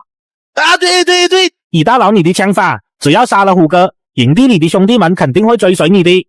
哼，给我画大饼了！够了，你们刚才提到的虎哥，是不是36弟说的那个虎哥？对，就是他。这样啊，没想到自己避难所附近还住着一股废土掠夺，这玩意就是一个定时炸弹，看来得找个机会灭了他。大佬，我们能走了吗？你们走吧，我不嘎你们。谢谢大佬，谢谢大佬。两人一脸激动，从地上爬了起来，撒开鸭子就跑。两声枪响，两人应声道：“我不嘎你们，不代表其他人不嘎你们啊！”夏一雪，好枪法！哼，你为什么不嘎了他们？因为我之前答应放他们走的，而且我知道，就算我不动手，也会有人动手的。哼，无聊。切，你知道的，虎哥那伙人，标准的废土掠夺者，他们主要的物资来源就是掠夺其他求生者。他们在附近，我们一天都不得安宁，我们得找个机会灭了他们。但是他们有40多个人，我们只有3个人啊！灭他们不一定要我们动手，一下子打了3个人，短期内他们不会再往这边派人了。现在的当务之急是完善避难所的设施，避难所空间太小，你在避难所外面再建一间工作室，顺便在市场再淘一些熔炉，而我这就去矿山挖矿。这建在外面会不会太显眼了？无所谓，显眼就显眼，附近也没什么值得顾及的异兽。好，那就按你说的办。而蕾欧娜，你也留下，帮夏一雪把工作室建起来。但是大人，你的安全……没事，有舔狗在。走，舔狗，咱们去矿区。舔狗一路狂奔，原先2小时的路程，只用了不到1小时就到达了矿山。获得铁矿石乘7，获得铜矿石乘2，获得硝酸盐乘2。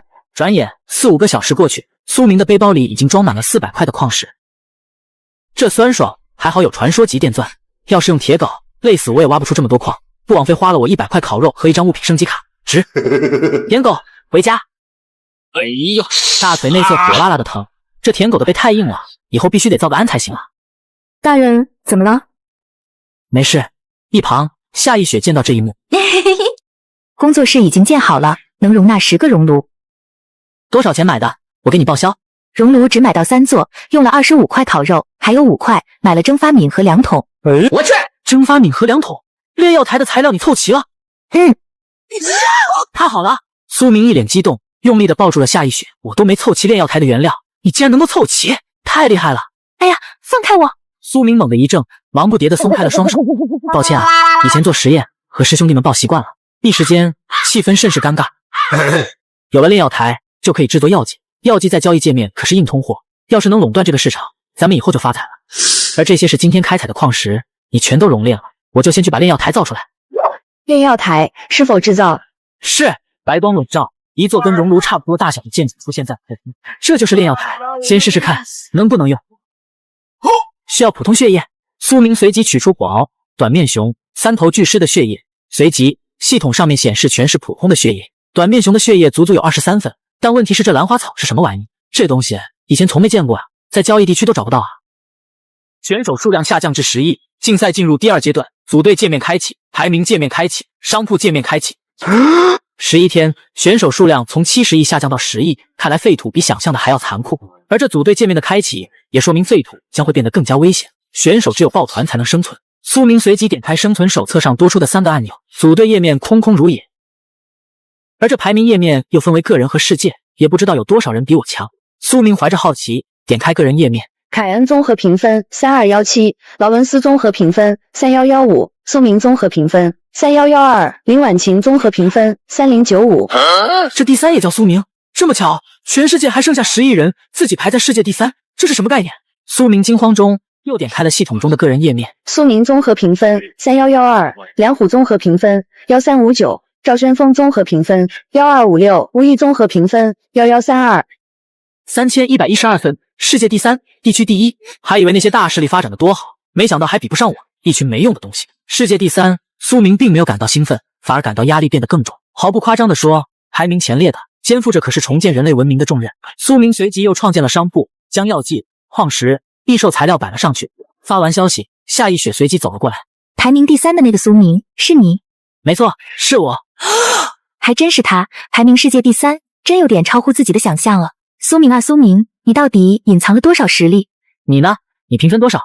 地区排名137，世界排名3300多万。虽然是3000多万的排名，但在10亿人里，你已经算的是排名前列了。夏一雪沉默下来，一时的落差让夏一雪心里波澜四起。行了，咱俩还没组队，先把队组好。邀请夏一雪进行组队，队长苏明，队员夏一雪，队伍等级1，人数上限20人，队伍仓库500格，队长拥有队伍的一切权利。500格的仓库，这样看来这组队的作用确实是在鼓励人类抱团啊。夏一雪，你去给我打几桶水，我要泡个热水澡。你要怎么泡？话音落下，面前出现了一个不小的浴缸，传说级浴缸，在里面泡澡能够消除疲惫，等会要不要一起？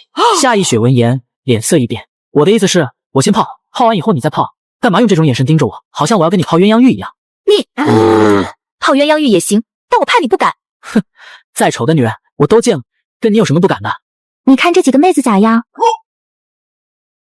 都挺标致的，上哪认识的？就是这个爱聊，你看上面都是咱们附近的单身美女，个个肤白貌美大长腿，照片资料都是真人认证的，不用加好友就能视频聊天呐。最近新入驻了很多着急脱单的美女，女多男少，特别是25到35岁的男的很受欢迎的，链接在左下角，快去试试。那我回头下个瞅瞅去。听见这话，夏一雪俏脸气得通红，随即一旁的蕾欧娜看不下去，开口道：大人您稍后，我这就去给您打水。蕾欧娜说完，拎着木桶转身就飞速离开。你看看人家，再看看你，啥也不是。哼，懒得跟你拌嘴，我又不是你女朋友，为什么要帮你服务？很快，蕾欧娜就烧好了热水。大人，请您入浴。好。苏明脱去衣服，躺进浴缸，一股暖流瞬间涌遍全身。大人，需要按摩吗？好啊。下一秒，一双纤细的手轻轻地放在苏明的肩上，感受着肩上的力道，苏明身体上的疲惫感也一扫而空。剩下的水你也泡一会吧，累了一天，也该放松一下了。是，大人。不得不说，一阵血气上涌，苏明缓了好一会才恢复平静，随即打开了生存手册。一个名叫珍稀植物专卖店的店铺引起了苏明的注意。兰花草1块面包，我去，这么便宜，不过只有3朵。兰花草还有吗？你要多少？先来100株，以后还可能要的更多。可以，但兰花草不好找，我需要3天时间。好，你要多少定金？定金？看来这个人还挺讲究的。100株兰花草，顺手就能摘到，不用定金。好，终于可以合成药剂了。对了，炼药台还放在客厅，得去外面。大人，你这是？蕾欧娜看见苏明，俏脸瞬间变得通红。尼玛，这场面差点没忍住。这时，急促敲门声响起，门外又传来了蕾欧娜的声音。这蕾欧娜又叫我干嘛？房门推开，明媚的眼眸凝视着苏明。大人，衣服。苏明怔了一下，此时蕾欧娜的外衣还放在自己床上，快点穿上，别着凉了。这话一出，没有比这更明显的暗示，苏明脑海中瞬间一阵热血翻江倒海。哎呀，明天还有事要忙，过几天吧。好的，大人。要不是竞赛忽然进入第2阶段，今天说什么也拿下蕾欧娜了呀。苏明坐在床上，一脸郁闷。突然，一旁的舔狗好似察觉到什么，紧紧地盯着门外，发出阵阵低吼。怎么？苏明随即来到门外，蕾欧娜和夏一雪早已站在门口，神色凝重。有异兽过来了。话音落下，避难所外面瞬间响起一阵阵异兽的嘶吼声，苏明的眉头微微皱起。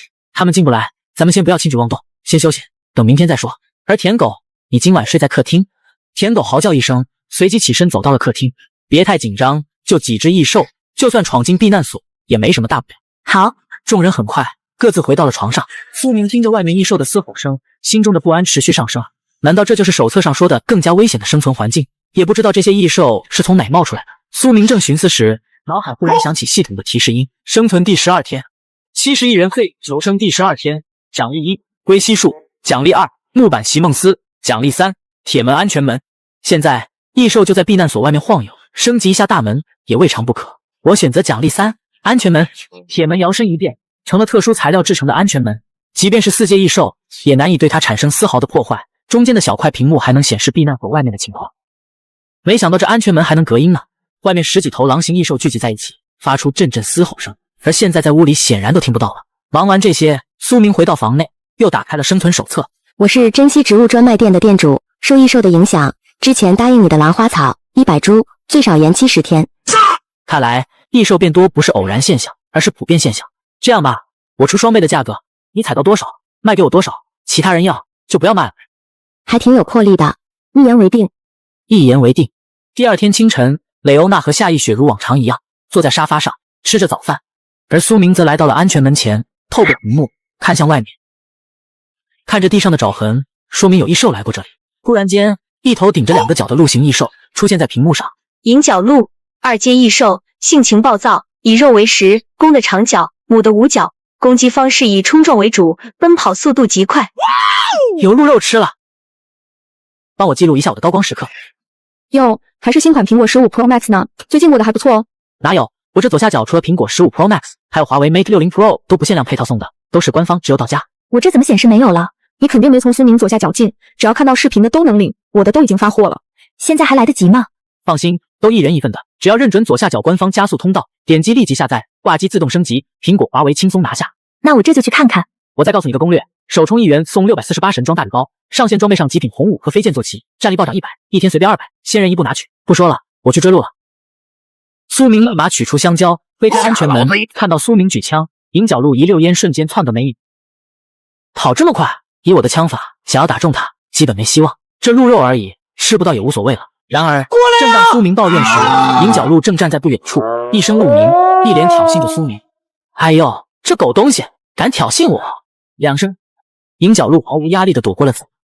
不行，这狗玩意能躲子弹，得换个方法。苏明沉思了片刻，随即脑海中浮现一道灵光。御剑术，隔空操纵1000克以下的物品，持续半分钟，冷却时间24小时。御剑术，这银角鹿的体型，心脏绝不会超过1000克，只要操纵它的心脏，它必嘎无疑。苏明心念一动，附近的物品隐约间跟苏明建立起联系。片刻，苏明意识里就出现了银角鹿之心。苏明猛地往下一转，远处银角鹿一声哀嚎，重重地砸在地上。成了！原以为御剑术是个鸡肋技能，没想到竟然是个神技。苏明咧着嘴，扛着银角鹿回到避难所。夏意雪和蕾欧娜看到一头鹿，都诧异地看着苏明。今天高兴，请你们吃鹿肉。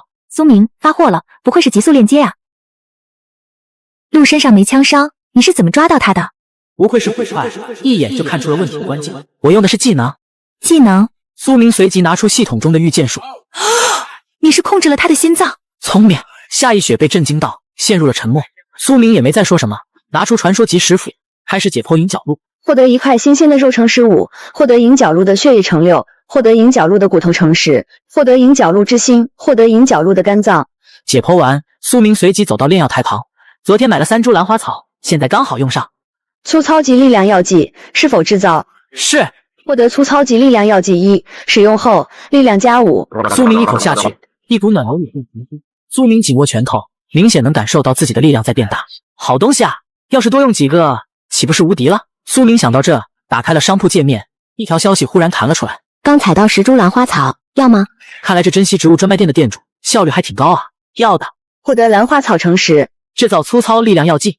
获得粗糙级力量药剂乘5。苏明随即拿出1瓶，准备继续用掉。你无法使用此物品。无法使用？难道类似的药剂一个人只能用1次，或者说一定时间内只能用1次吗？苏明想到这，取出2瓶药剂，递给蕾欧娜和夏意雪，喝了它。是，大人。蕾欧娜没有丝毫犹豫，一饮而尽。而夏意雪在看到粗糙级力量药剂后，微微一怔。没记错的话，这强化药剂还挺珍贵的。2人喝下力量药剂后，苏明随即带着他们来到耕地附近，看着地上出现无数的脚印，夏意雪眉头微微皱起。异兽比想象中要多啊，越多越好，异兽越多，代表以后越不缺食物，这是好事。不过这耕地内有着3头巨狮的头颅，相比周围，这里的脚印少了很多，看来4阶异兽的威慑力比想象要强。苏明，你看，顺着夏意雪手指的方向望去，一小片土地内长出了成熟的辣椒。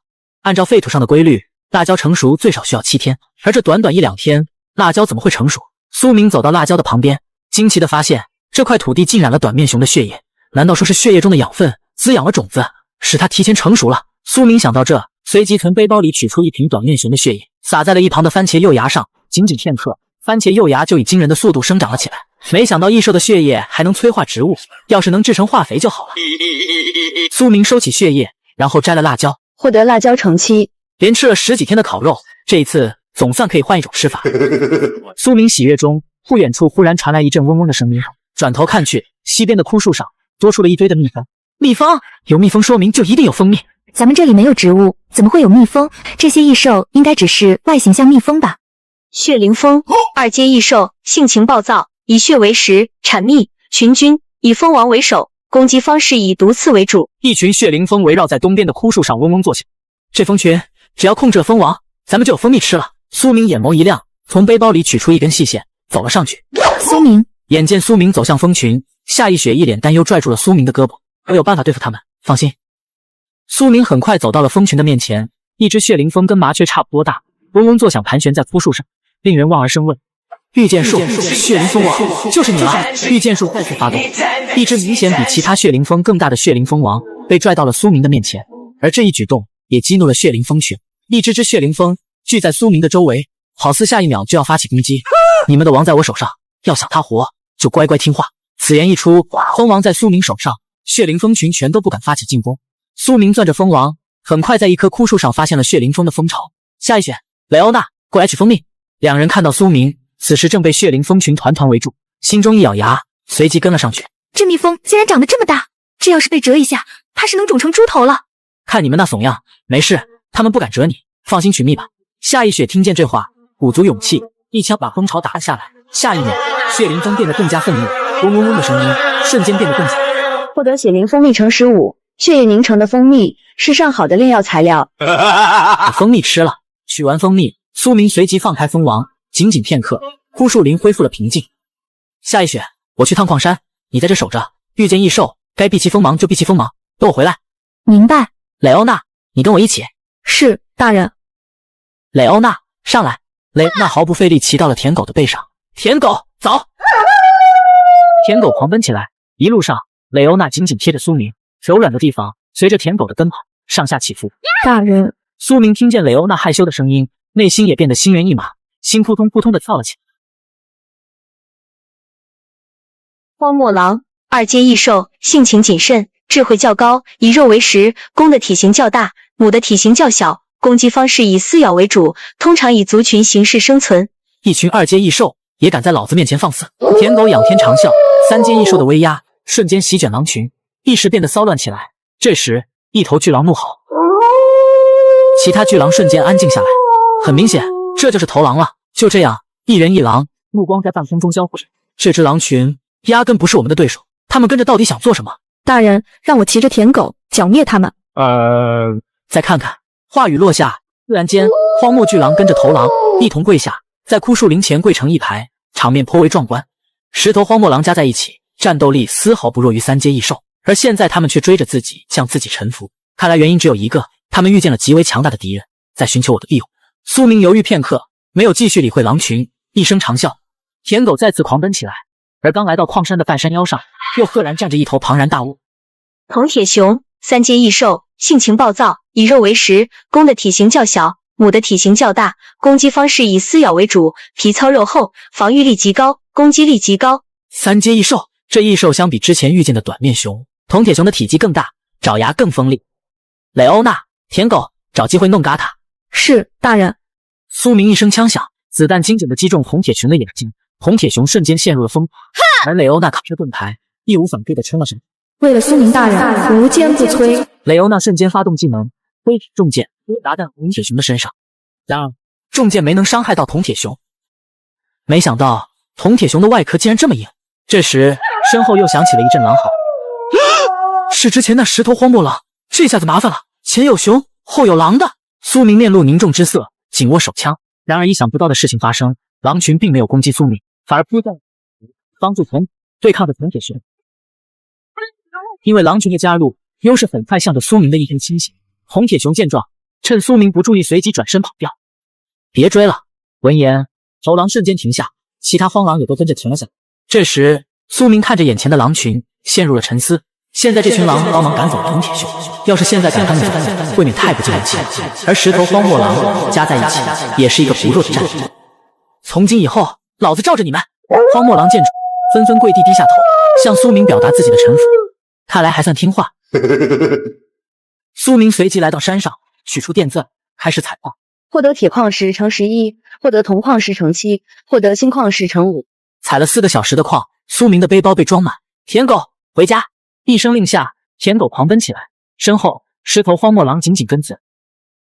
而避难所这边，夏一雪握着枪，守在耕田里。随着时间流逝，窥探的异兽越来越多，隔着屏幕都能看见枯树林间各种异兽若隐若现。苏明，你到底什么时候回来？老娘快撑不住了。夏一雪看到一头头的荒漠狼，握住步枪，准备殊死一斗。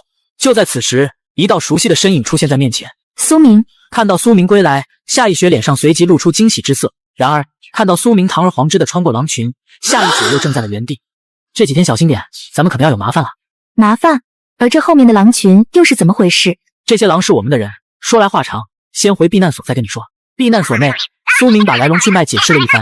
夏一雪听完，许久没缓过神。你的意思是，这些荒漠狼遇见了麻烦，所以想投靠我们？是的。能够让狼群恐惧到主动寻求庇护的麻烦，究竟是什么样的麻烦？那我们现在该怎么做？要不要离开这里？现在谈离开还太早，先加强警戒。从今天开始，咱们3个轮流值班，带着狼群在附近巡逻，遇见危险就撤回来。好。这是今天的矿石，和上次一样，炼成铁锭和黄铜。苏明吩咐一句，随即推开安全门，走了出去。避难所外，狼群正趴在不远处休息。得打造一间石屋。荒漠的夜晚寒冷刺骨，虽说荒漠狼皮糙肉厚，但有石屋总是能有效挡住一下寒风。建造好石屋，狼群一声呼喊涌进了石屋。狼群踩在棉被上，纷纷兴奋起来。显然他们很喜欢苏明打造的石屋。苏明放下10块烤肉，随即便返回了避难所。接下来得做辣椒炒肉了。这7个辣椒，一个都不能浪费了。苏明随即把切好的鹿肉、辣椒扔进锅里一顿翻炒。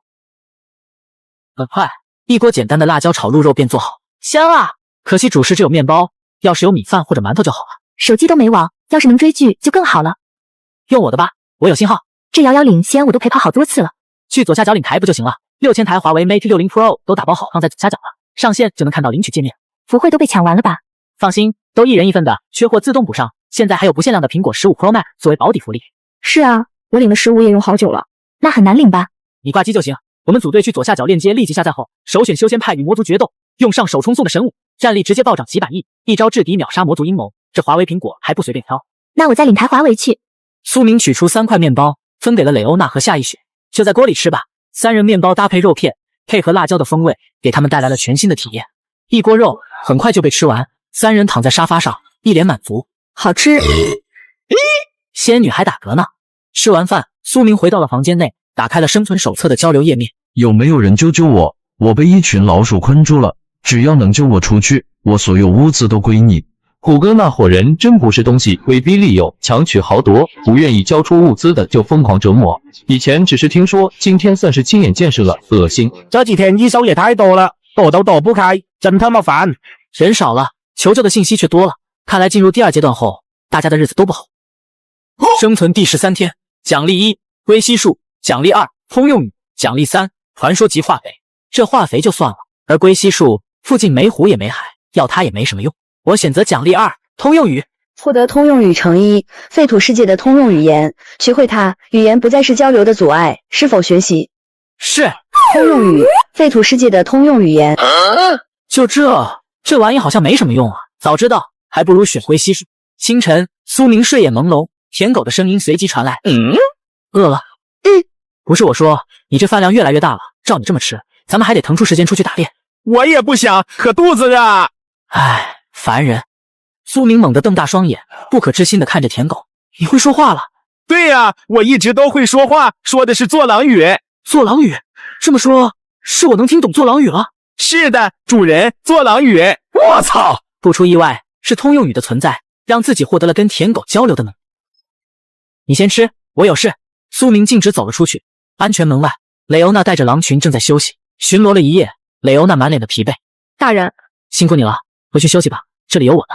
内部链接就是快，华为都发货了。不辛苦，命苦，为了大人，苦也值得。你们为什么寻求庇护 ？Oh no！ 你会说我们的语言？是的。话音落下，整个狼群都为之震惊，他们还从没见过能跟他们交流的人类。尊敬的先生，实不相瞒，我们之所以请求您的庇护，是因为我们招惹了一伙强大的敌人。什么敌人？北部狮群。北部狮群？自己接触过的狮子类型的异兽就是3头巨狮，属于4阶异兽。难道这狮群也是4阶异兽？我需要知道狮群的实力。北部狮群由5头北部狮组成，1头雄性，4头雌性。雄性实力在3阶巅峰，雌性实力是3阶。3阶？如果只是5头3阶的异兽，自己倒也不是没有赢的可能。先生，如果您能带领我们抵挡住狮群的进攻，我们愿意拥护您做我们的首领，从今以后世世代代守护在你的身旁。众荒狼纷纷低下了头，匍匐在地上，做出臣服的姿态。荒漠狼群的请求，为了争夺领地，荒漠狼群和北部狮群结下了血海深仇。帮助荒漠狼群消灭北部狮群，你将会获得荒漠狼群的追随。既然手册都说了，帮助荒漠狼群消灭北部狮群，将会获得荒漠狼群的追随。事成以后，荒漠狼反悔的可能性应该不大。好，我答应你们。荒漠狼纷纷面露喜色，匍匐在地上，表达自己的臣服。见过首领。与此同时，某个营地，梁虎正拿着鞭子抽打着自己的手。我让你们抓人，没让你们赶人啊！胡哥，他们死也不愿意交屋子，我也没办法。没用的东西，老子没教你们吗？先打个半嘎，等缓过劲再打。你倒好，直接给打嘎了。你告诉老子，老子要一堆尸体有个屁用！71人废土求生第13天，警戒上级，梁虎愤怒抽着鞭子打在瘦弱男人的身上。没用的东西，来人，给他拖出去！话音落下，两个瘦弱男人瑟瑟发抖地拖起地上的男人。真他妈废物！梁虎一顿咒骂，取出一块面包，狼吞虎咽起来。身后身材火辣的36弟看着他手里的面包，不停地吞咽着口水。梁虎的营地很大，人也很多，但食物却很少，只有梁虎和他的护卫队能填饱肚子。进！话音落下，又一个类似思聪的枯瘦男人走了进来。胡哥，袁俊他们不见了。袁俊啊，对，就是他。切，不见就不见了，不缺这么几个人。但是胡哥，他们失踪的方向可是在南边。南边是发现盐矿的方向啊，对，就是盐矿的方向。没用的东西，你带2个机灵点的去南边看看，探明情况就撤回来。是。这边避难所附近的耕地内，苏明看着滴加了血液的几株番茄，竟然长出了果实。获得番茄橙酒，苏明塞进嘴里，瞬间番茄的汁液流淌起来，浓浓的番茄味道席卷味蕾，舒服。整整13天，第一次吃到新鲜的蔬果。苏明随即又取出2枚番茄，分别递给蕾欧娜和夏一雪。刚摘的，尝尝。好吃，别看这番茄还是青色的，好像没成熟，吃起来却是风味十足呢。从今天开始，咱仨每天1个番茄，等吃完了，新一批番茄刚好成熟。苏明又从背包里取出一批新买的种子，种了下去。很快，耕地里就被种满了蔬果，番茄、辣椒都已经成熟，剩下的南瓜、白菜、黄瓜离成熟也不远了。主人，怎么？我能感觉到狮群正在接近。没想到竟然来得这么快，1头3阶巅峰，4头3阶。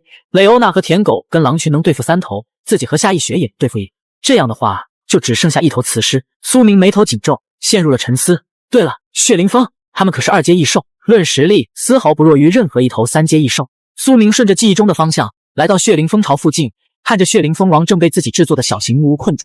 可恶的人类，想要自由吗？当然想要，但我知道你不会放了我。可以放了你，但你的蜂群得帮我杀1头北部狮子，我再给你1瓶3阶异兽的血液。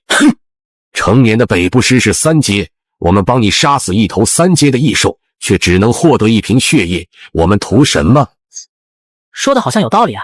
一时间，苏明无言以对，沉默了片刻。这样，北部狮的血液全给你们，除此之外，我再给你1瓶4阶异兽的血液。4阶异兽的血液，如果自己得到4阶异兽的血液，自己说不定有机会晋级3阶。好，我答应你。特殊事件：血灵蜂王的交易。血灵蜂王希望能用蜂群的一次拼死搏杀，换取自由与血液。又触发特殊事件，看来又有生存手册做保障了。好，我答应你，只要蜂群杀死1头北部狮，我就给你自由。说完，苏明从背包里取出1瓶3头巨狮的血液，放进蜂巢，随即离开枯树林，回到耕地，召集蕾欧娜、夏一雪、二狗子和狼群。到时候，二狗子对付雄狮，蕾欧娜、狼群、蜂群各对付1头雌狮，而夏一雪，你和我对付1头雌狮。你们实在打不过，就把他们往陷阱的位置移，等其他人支援。明白，主人。忽然间，舔狗猛地转头，看向了某个方向。有情况！枯树林里，刘正对上舔狗的眼神，心里猛地一跳，不好，快跑！另外2人见到这一幕，二话不说，也拔腿就跑。而不等他们跑到2分半，整个狼群就已经把他们团团围堵了起来。该死！刘正看着面前凶狠的荒漠狼，脸上露出绝望之色。然而，出乎意料的是，狼群并没有上前进攻。这是什么情况？不远处，一道身影缓缓地接近，群狼纷纷低头向他表示臣服。刘正看着面前出现的人影，瞳孔一缩，脸上满是不可思议之色。是他？难道这个男人是狼群的首领？一个看上去平平无奇的年轻男人，会是强大狼群的首领？大佬，我们只是路过。我问你了吗？死亡的阴影笼罩下，让刘正不敢说一句话，身体瑟瑟发抖。给你一个机会，实话实说，你是谁？从哪来？到哪去？一时间，刘正陷入了纠结。如果让他知道我们是胡哥的人，肯定难逃一杠。毕竟胡哥在整个地区都是臭名昭著的。大佬，我们……话音还没说完，子弹就已经贯穿了刘正的脑门。看到被一枪爆头的刘正，另外两人被吓得双腿一软，直接瘫在了地上。饶命啊，大佬！告诉我，你们是谁？从哪来？到哪去？我叫刘思，李道从北边来了，那里有个营地，老大叫梁虎，我们都叫他虎哥。又是虎哥，短短2、3天已经派了2拨人到自己这来，真当自己是好欺负的了。他派你们来做什么？前天还是昨天，我们营地有3个人在这边失踪了，虎哥派我们来看看到底什么情况。那3个人很重要吗？按照常理，一个比较大的营地损失了3个人，不应该再派人来探查。第一，没这个必要；第二，可能会招惹麻烦。苏明想到这，随即开了一枪。说，两人被吓了一跳，不敢再有丝毫隐瞒。是昨天有人在这附近发现了盐矿，虎哥怕有变故，所以派我们来查清楚。盐矿具体在什么位置？盐矿的位置是机密，只有虎哥和他的亲信知道。苏明听见这话，陷入了沉思。盐矿的价值极高，掌握盐矿就意味着掌握了财富之源。你们营地在哪？从这过去要走3-4个小时。你们给老子带路，别想着耍花样，不然弄嘎你俩。苏明随即又走到蕾欧娜和夏一雪面前，吩咐道：“收拾收拾，咱们去虎哥的营地。”那这陷阱怎么办？陷阱先放着，以后会派上用场。咱们现在的当务之急是赶在狮群找到咱们之前，赶到虎哥的营地。现在让我来看看最快的路线。大人，这最新款苹果15 Pro Max 不少钱吧？苹果10我左下角多的是，1万台国行新机左下角内部优先领，还都是顶配大内存。我也下了没有啊？你肯定下错了，我左下角它是真实有效的。现在还补齐6000台华为 Mate 60 Pro， 上线就能看到领取界面。大人可有什么秘籍没？你就点左下角下载，进入100倍经验服，上线必选仙魔派，双倍首冲送的神武，开启血域地门，一招冥府之路秒 BOSS， 战力飙升100亿，苹果华为全带。明白了，我这就收拾。片刻后，一行人浩浩荡荡地前往虎哥的营地，时间1分1秒的流逝，很快，众人抵达营地的前哨站。前面有人，大佬，前面就是虎哥营地的前哨站，上面会有一个守卫，每隔半个小时向虎哥发送一次消息，要是没发，虎哥就会断定前哨站出了问题。那得怎么绕过他们？营地附近有5-6个前哨站，想要绕过他们接近营地几乎不可能。这虎哥能在地区排行榜排到第2，果然有一把刷子。前哨站距离营地还有多远？走路的话最少要40分钟。40分钟足够了。苏明随即看向荒漠头狼，等狮群接近，你带着狼群袭击虎哥的营地，不要跟他们正面冲突，迂回作战就好。目的很简单，把狮群引向营地，等狮群打得差不多了，我带人支援你们，明白吗？头狼听完，脸上露出犹豫之色。万一苏明背信弃义，没有支援，那么狼群就会陷入腹背受敌的困境。你要不放心，我可以跟你一起。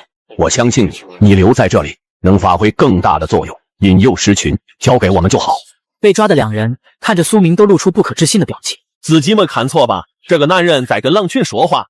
主人，他们来了！这么快？是的，主人，我能感受到，他们就在不远处，最多10分钟，他们就能赶过来。时间紧迫，那就赶紧开始吧。好。随即荒漠头狼带着狼群朝着前哨站的位置匍匐前进，片刻，一具尸体就被头狼从2楼扔下。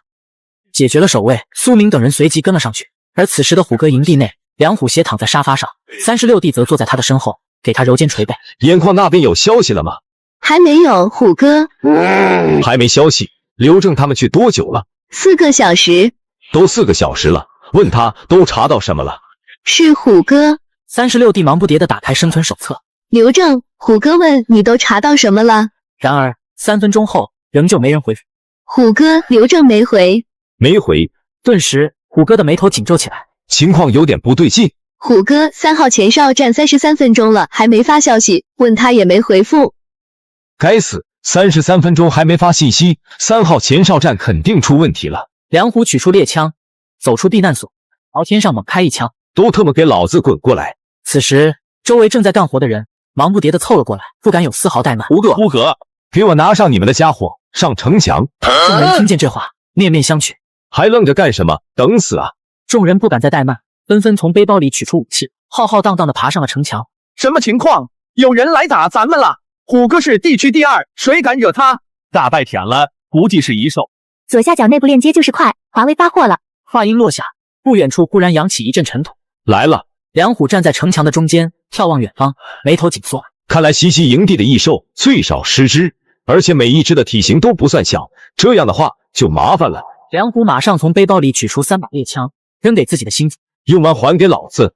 知道了，五哥。3人还没装上子弹，不远处的异兽忽然发出了一阵令人畏惧的长啸，随即让他们震惊的一幕发生。只见异兽群并没选择进攻营地，而是调转方向往一旁狂奔。什么情况？特么的，你们几个机灵点，情况不对，别傻愣愣的站着，明白吗？众亲信纷纷点头，随即跟着梁虎走下城墙。很快，随着时间的流逝，众人也看清楚了异兽群是一头头的荒漠狼。众人看着荒漠狼，一个个吓得惊慌失措。10头狼而已，跟他们打，把你们吓成这样，拿起你们的木子跟他们硬刚。与此同时，城墙外面，一群不速之客正在急速接。不远处，5头3米多长的狮子正朝城墙狂奔而来。那是狮子吗？不要慌，别傻愣愣的站着，放箭。梁虎说完，克服内心的恐惧，朝记忆中暗门的位置快速走去。突然，身后传来了一道长啸。一头头的荒漠狼没有丝毫犹豫，扑了上来。仅仅片刻，荒漠狼就了结了梁虎和他的亲信。而此时，北部狮群也来到城墙下。荒漠狼一声长啸，随时准备上前迎敌。劈出一二两水之力中挡在头狼面前。雄狮看着眼前一幕，瞪大双眼，竟然有着一头3阶异兽，再加上人类，周围还有数只血灵蜂盘旋在空中。顿时之变更加愤，没有丝毫犹豫，扑向舔狗。2头3阶巅峰的异兽随即缠斗在一起，狼群、血灵蜂群也紧随其后。一场生死攸关的大战正式拉开帷幕。片刻，被围攻的雄狮倒在血泊之中，全身上下没有一块完好的地方。10头狼也都是伤痕累累，更有2头身负重伤倒在地上。而舔狗身上也满是伤痕，可以清晰的看见骨头。其中一头雌狮眼见没有赢下这场战斗的可能，调转方向便要逃跑。想跑，御剑术。瞬间，扑在半空中的雌狮像是被闪电击中一般，瞪大双眼，重重的砸在地上，没了声息。是御剑术，心念一动就能不费吹灰之力打死一头3阶异兽，这样的能力实在太变态了。你们去打另外的2只，这里交给我。蜂群、狼群、雷欧娜一拥而上。不到片刻，北部狮群的最后一名成员倒地。从此以后，这一片废土再无北部狮群。此时，无论是苏明还是众人都没精力庆祝，而是坐在原地休息了起来。主人，苏明看着舔狗身上深可见骨的伤痕，心中无比的心痛，随即点击交易系统。我是苏明，现高价收购高效疗伤药，非诚勿扰。高效疗伤药，苏大佬手上了。苏大佬，我这有普通级药剂一个5块烤肉，精良级一个20块，加在一起45块烤肉，您看行吗？说话之人正是之前跟苏明交易过的钱浩，没想到这家伙还活着，看样子还混得挺好。行。获得普通级恢复药剂乘5，使用后状态加10；精良级恢复药剂乘1，使用后状态加50。喝下去。是，主人。白光逐渐消散，原先深可见骨的伤口完全愈合。不愧是精良级的恢复药剂，简直堪比疗伤神器。主人，我感觉自己满血复活了。苏明随即取出2瓶恢复药，治疗重伤的2只荒漠狼。治疗效果可能没舔狗那么好，却也让他们恢复了行动能力。首领，谢谢您的慷慨。荒漠狼群的请求已完成，恭喜你获得荒漠狼群的追随。完成了，这荒漠狼多出了忠诚值，8头关系在90以上，重伤的2头更是达到了100。天色已晚，收拾一下，咱们今晚在这过夜。雷欧娜下一血随即开始解剖北部狮，而血灵蜂群盘旋在空中，紧紧地盯着苏明。放心，该是你们的，一份都不会少。这是答应你的4阶异兽的血液，北部狮的血液，等会给你。看到4阶的血液，蜂王眼眸一亮，一阵狼吞虎咽起来。味道怎样？以后还想不想再喝到这样的血液？什么意思？很简单，效忠我，你们以后就可以有享用不尽的血液，最起码是3阶异兽的血液。享用不尽的血液，这样的诱惑对血灵蜂而言简直无法抵挡。我们需要付出什么？很简单，巡逻、守卫，遇见敌人向我禀告。成交，就按你说的，我们替你巡逻、守卫，你支付我们报酬，给我们不低于3阶异兽的血液。好，这是今天你们的报酬。从今以后，这个人类就是我们的首领，他的命令等同我的命令，他说的话等同我说的话。首领。苏明正感慨时，一条私信弹了出来。苏大佬牛逼，不远处的某个避难所内，钱浩一脸兴奋：“怎么了？您还不知道吗？您现在是世界第一了！世界第一是我们华国人。”苏明听到这些话，微微一怔，随即打开排名界面。苏明综合评分4317，劳伦斯综合评分4215，凯恩综合评分4115，林婉晴综合评分4003。苏明看着这些消息，嘴角勾起一抹微笑。对他而言，排名高低没有丝毫意义。苏大佬，我这还有恢复药剂的合成配方，您要吗？怎么卖？您要想要的话，送给您了，也算是报答您当初的救命之恩。要是没有您的烤肉，几天前我就饿死了。很明显，这是在讨好自己啊。好。获得粗糙级恢复药剂合成配方乘1，使用后解锁粗糙级恢复药剂合成方式。对了，你叫什么？苏大佬，我叫钱浩。钱浩，懂了。苏明将备注改成钱浩，就关上了手册。大人，任务完成了。苏明抬眸看去，面前的荒地上，原先北部师的尸体，如今已经变成了骨架。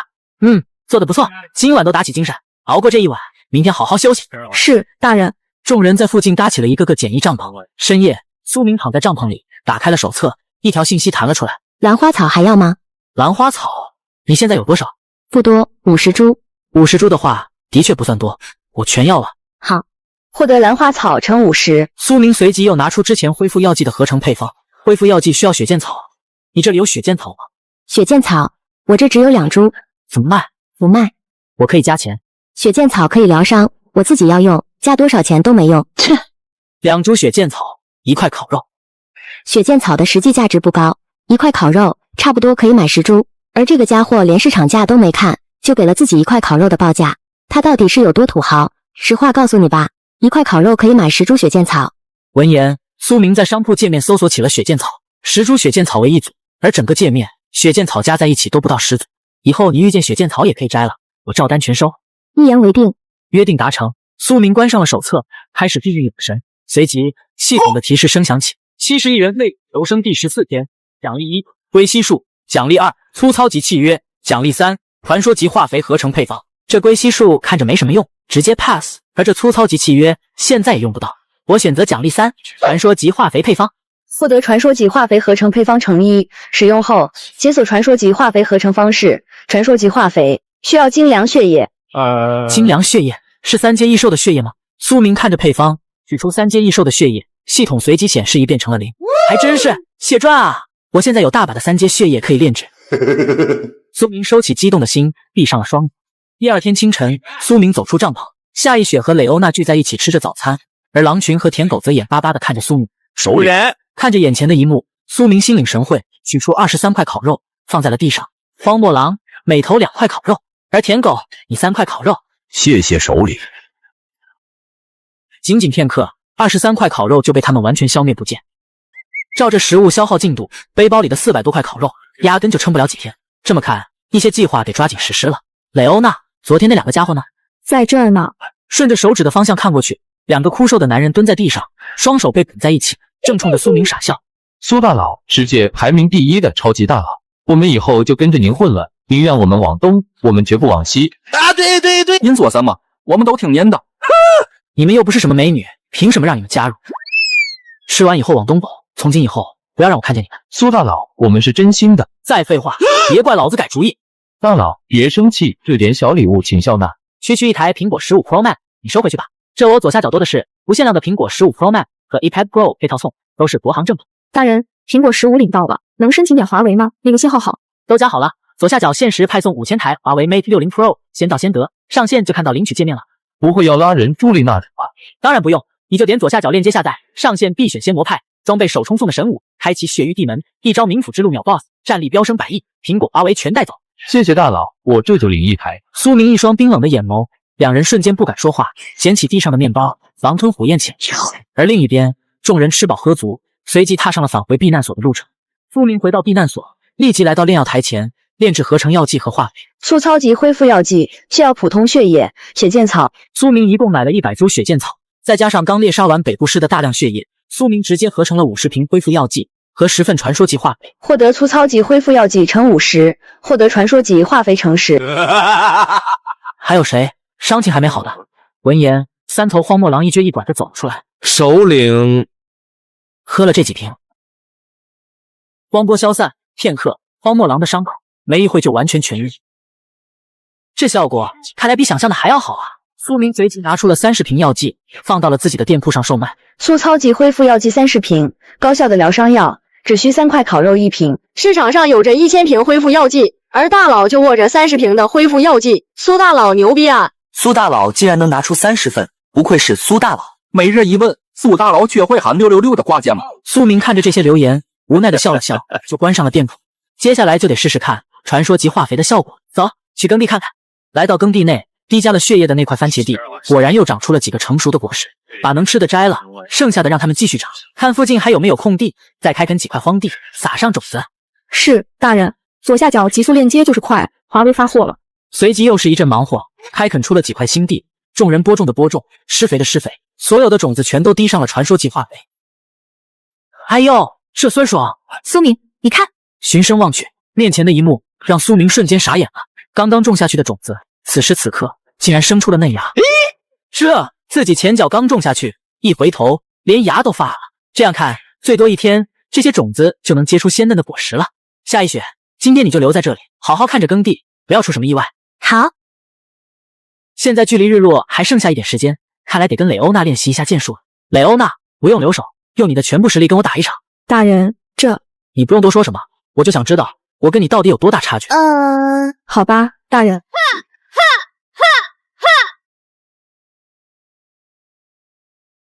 一回合下来，苏明没有任何意外，瞬间败下阵来。好，就这样，再来一局。是，大人。木剑的碰撞声在山谷间响荡，1个小时内足足打了15场，每一次的结果都是以苏明来收场。苏明整个人累瘫在了地上，连木剑都拿不起来。大人，没事，我休息会。大人，我刚才是不是太用力了？没事，你今天做得很好，有失败才会有进步。明天要是没事的话，咱们继续。大人，我认为您明天应该好好休息。没事，我自己的身体我心里有数，有传说级浴缸在，泡一泡澡就能恢复精力，不会有任何影响。眼见苏明的语气如此笃定，蕾欧娜也就没再说什么。大人进步得很快，相信用不了多长时间，大人就能成为一名合格的战士了。你什么时候也学会溜须拍马这一套了？请大人相信我，你的天赋比我想象的要高。如果是在诺丹伦王国，大人一定会成为一名顶尖的骑士。苏明苦笑道。这时，身旁又传来了夏一雪的声音：“苏明，过来看看。”又怎么了？苏明转身望去，面前的场景再次郑重。新开垦的耕地，此时此刻一片郁郁葱葱，白菜、南瓜、辣椒、黄瓜各种蔬果琳琅满目呈现在眼前。仅仅半天时间，所有种子全都结出了果实。白菜、南瓜、辣椒、黄瓜各种蔬果琳琅满目。接下来怎么办？这么多的蔬果，如果是按照这半天结果一次的速度，光是摘就得花好长时间，这该怎么处理？要不大家今晚辛苦一点，全都摘完，然后放在店铺上卖了。好，众人没再犹豫，开始了采摘蔬果。没一会，队伍背包里就多出了许多番茄、白菜、辣椒。我回去泡个澡，等会再过来帮你们。好的，大人。片刻，苏明躺在避难所的浴缸里，随即打开生存手册，该卖出去一些了。新鲜的番茄，味美多汁，5枚番茄只要1块烤肉。新鲜的白菜，常见的蔬菜，2颗白菜只要1块烤肉。新鲜的辣椒，10颗1块烤肉，数量不多，先到先得。仅仅片刻，苏明将一共8点作物全都挂到了商铺上。我没看错吧？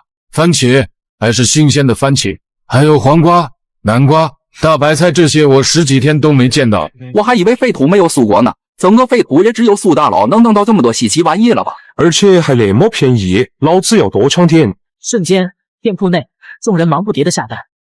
番茄提示：该商品目前缺货。辣椒提示：该商品目前缺货。缺货，缺货，全他妈缺货！你们下手也太快了吧！就是100多颗辣椒，老子1颗都没抢到。高价收购辣椒，有的私聊，求求各位大哥，可怜一下10几天没吃蔬菜的人吧！没想到竟然这么抢手！大家好，我是店主苏明。从今以后，本商铺每天都会对各种蔬果进行补充时间不固定。不过，鉴于大家这么热情，为了回馈广大的客户，本店主决定1个小时后额外补充1次货物。公告发出，留言板瞬间又火爆起来。这么多蔬菜，竟然真是苏大佬种的！苏大佬牛逼！我们连饭都吃不饱，苏大佬已经能自给自足了。哎，人比人，气死人！我今天就是啥也不干了，就等着抢货了。我还不信了，以我单身30年的手速，还抢不到1份。苏明的商铺是唯一一家出售新鲜蔬果的，短短几分钟内，商铺的热度就达到了商铺界面的第1位。而苏明看着卖出去的蔬果，一脸兴奋。番茄卖出去450枚，辣椒卖出去700多颗，而白菜卖出去90多颗。短短1个小时，竟赚了300块烤肉，加上背包里的烤肉，一共就有600多块。毫不夸张地说，只要专心打理农场，就能在废土上活得很滋润。此时客厅内，忙活完的夏一雪跟蕾欧娜两人正躺在沙发上休息，看上去都十分疲惫。你俩就先好好休息，我来做饭。你会做饭？当然了，我可是练习了2年半的，你等会尝尝就知道了。陆明取出烤肉，随即将各种蔬果、辣椒、鲜花椒一块倒入铁锅，一顿输出。不一会，蜂蜜西红柿、青椒肉丝、蒸南瓜、清炒黄瓜、肉片炖白菜、回锅肉全部出锅。而夏一雪看着一桌丰盛的饭菜，顿时哽咽。原先如此平常的东西，如今看来，在废土上竟是如此的珍贵。看着干什么？快过来吃啊！这顿饭太美味了，让我想起了曾经的生活，曾经的家。不得不说，要是有米饭就更好了。米饭，可惜这里不适合种植水稻啊。谁说不适合？改天就试一试，关键得找到稻苗。实在不行，买点小麦种子，种点小麦，既能做馒头，也能做面包。有道理。三人一边吃饭，一边闲聊。吃饱喝足，苏明取出烤肉，放在二狗子的面前，又推开安全门，给狼群分发烤肉。方才回到房间，打开生存手册的聊天界面。兄弟们，我家附近好像出现了一个遗迹，大晚上的还发光，有没有兄弟知道？发光的遗迹，我家附近也有一个。同问，大湾上发光，可以啊，天然路灯，你赚了。赚个屁，这么亮，10几公里外都能看见，我这一天天心惊胆战的，谁知道怎么能让它不发光？发光的遗迹，今早回避难所的路上，自己好像也看到了一个发光的光源，看来明早得看看遗迹到底是什么情况。要是不危险的话，再去找一下那个光源。苏明关上生存手册，闭上双眼，时间流逝，新的一天很快到来。系统提示音随即准时响起。71人废土求生第15天，奖励1号仿真人，奖励2普通级契约，奖励3云铁重剑。又是难以抉择的一天，这仿真人应该是机器人一类的玩意。我选择奖励1仿真人。获得1号仿真人，斯塔工业设计并量产的第一款仿真人。缺点：战斗力弱，人工智能不完善。优点：长续航，价格便宜。瞬间，一个将近2米高的壮汉出现在了苏明的面前。主人您好，我是您购买的1号仿真人，编号0526。接下来，请允许我做一个简单的自我介绍。我由斯塔工业设计并生产，身高数据198毫米，体重数据250。听着他的描述，他的战斗能力仅仅相当于一个普通的成年男性，全身上下没有配备任何武器，主要作用就是从事体力劳动。主人，接下来请您为我命名。命名？你编号是0526，那就叫你0526吧。是，主人，编号0526的1号仿真人已被命名为0526。一旁，苏明则上下打量着0526。不得不说，01号仿真人外观和真人还真没什么区别。那个斯塔工业还挺厉害的，能生产出这么逼真的机器人，就是不知道以后还有没有02号、03号仿真人。清晨，雷欧娜和夏一雪一如既往坐在沙发上吃着早餐。昨天忙了这么久，今天也没多睡一会。等会还有事要忙呢。什么事？耕地那边还需要打理呢。对啊，施加了传说级化肥的作物，生长周期从7天变成了半天，意味着必须有人守在农场，不然果子成熟过头就会烂在地里，造成极大的浪费。耕地那边我会派人过去打理，你和蕾欧娜好好休息休息，等会陪我出去办件事。你好，哪位？苏明您好，您在左下角给粉丝送的限量5000台的华为 Mate 60 Pro 已经全部发货成功了，发货名单已经发您手机上了。这么快的吗？那就再加5000台华为 Mate 60 Pro， 我很多粉丝都还没拿到，不限量的 iPhone 15也要一直放在下角。你左下角还可以拿华为 Mate 60 Pro 啊？对啊，你点我左下角拉到底部，进入就能看到领取界面了，都是顶配的国行正品，还给你包邮到家呢。我昨天又领了一部，可以给你用。没事，我自己去领。你哪来的人？夏一雪顺着苏明的目光望去，一个将近2米高的壮汉正傻愣愣地站在原地。不对，这看上去似乎不像是人，这难道是机器人？还挺聪明的。对，是机器人，准确的说，这叫仿真人。仿真人？这苏明的房间里怎么总能冒出一些稀奇古怪的东西？之前的蕾欧娜也是一觉醒来就毫无征兆就出现了。让他打理耕地能行吗？要知道，耕地一天的产出等于600块烤肉，这些烤肉放在百人的大势力那里，也是一笔极为珍贵的财富。不试试怎么能知道？相比打理耕地，你有更重要的事要做。就算仿真人没那么好用，也比把你禁锢在那1亩3分地好得多。看来自己还挺受重视的。好，我听你的，你说吧，什么重要的事？养虎的人说过，咱们避难所附近藏着一处盐矿，接下来咱们的任务就是找到他。这个时候，谁能掌握盐矿，就等于握住了一座金山。盐矿，那什么时候出发？现在0526启动1号程序。已启动1号程序，指令采摘果实、除草、浇水。0526随即走向耕地，忙活了起来。采摘的动作很轻柔，识别到未成熟的果实会自动留下，遇见杂草还会自动清除。这一系列动作看来比自己想象的还要好。不过0526没有任何的战斗能力，得分出5头荒漠狼守在这里。苏明随即分配5头荒漠狼，加上血灵蜂群守卫农场，随即众人则朝北边出发寻找盐矿。一行人搜索了半个多小时，突然夏一雪指着某个方向，你们看，那是什么？转头看去，不远处隐隐约约中有着淡蓝色的光芒。难道这就是昨天交流界面提到发光的遗迹？走，过去看看。一行人很快藏在一片枯树林间，仔细地看着面前的场景。一处好似洞穴入口的地方正发出淡蓝色的光芒，在它的周围聚集了各种各样的异兽，密密麻麻，足足有上百只。盐矿蟹，2阶异兽，以肉为食，公母无明显区别，遇见危险会用2对大钳子进行攻击，外壳硬度极高，防御力极强。短面熊，3阶异兽，性情狂躁，杂食，公的体型较小，母的体型较大，攻击力强，防御力高。这里足足有着上百只异兽，至少有10只是3阶异兽。要是全向避难所发起攻击，自己用尽手段，未必能够抵挡住啊。咱们撤吧，反正也打不过这么多的异兽，即便那洞穴真是遗迹的入口，以我们现在的实力，也跟我们没有任何关系。得等到以后实力强大，方能过来。得再等会，这么多的异兽聚集在这里，这压根不符合常理。在这附近肯定还存在着一头无比强大的异兽。是你左下角领的华为 Mate 60 Pro 到了吗？是的，已经发货了。苏明正观察中，地面忽然砰砰砰震动了起来，节奏感十分的强烈。来了！这时，异兽后面的山丘猛地动起，众人全都震惊到，一座小山丘竟然是一头活着的异兽。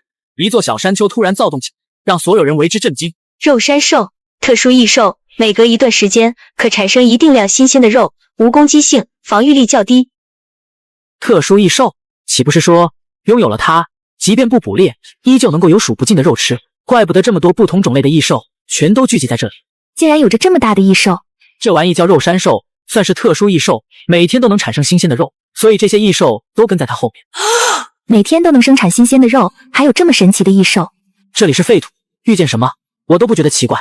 也是，那接下来怎么办？肉山兽无攻击性，它在这里对咱们没什么威胁，还能稳住一部分异兽，不用管它就好了。大人，您看，顺着雷欧娜手指着的方向望去，山丘一般的庞大异兽正张开了它的血淋大口，一块块新鲜的肉从口中缓缓的吐，无数的异兽争先恐后的上前争抢，互不相让。而旁边散发着蓝色光芒的洞穴里，无数麻雀一般大小的异兽正疯狂涌出。食兽蚁，一阶异兽，以族群的形式生存，数量庞大，会吞噬遇见的所有异兽，弱点怕火，只活跃在雨林地区，危险系数极高。没想到这食兽蚁危险系数这么高，活物几秒钟就能将其啃食的只剩下一个骨架。要真是这样的话，那就麻烦了。苏明沉思中，食兽蚁随着数量的增加，移动速度之快，没一会就碰到了外围的异兽。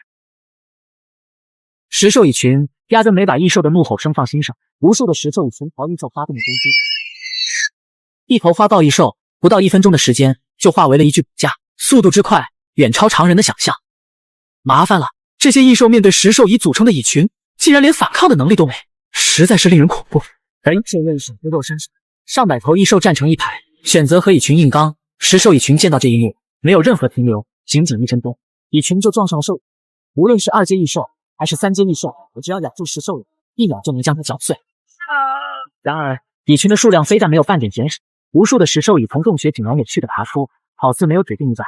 看来这样下去，异兽撑不了多久，还是得想办法阻止蚁群。这些蚁群怕火，而这么多的食兽蚁，用木板肯定没可能，只有用汽油了。苏明在系统内搜索汽油，眼看交易市场并没有汽油，苏明随即在商铺界面发布收购汽油的信息，5块烤肉1桶汽油，现在就要，机会有限，先到先得。苏明作为排行榜第一，传说中的人物，消息一发布，就有着无数人的回复。苏大佬，我这有10桶汽油，我只要40块烤肉，能优先交易吗？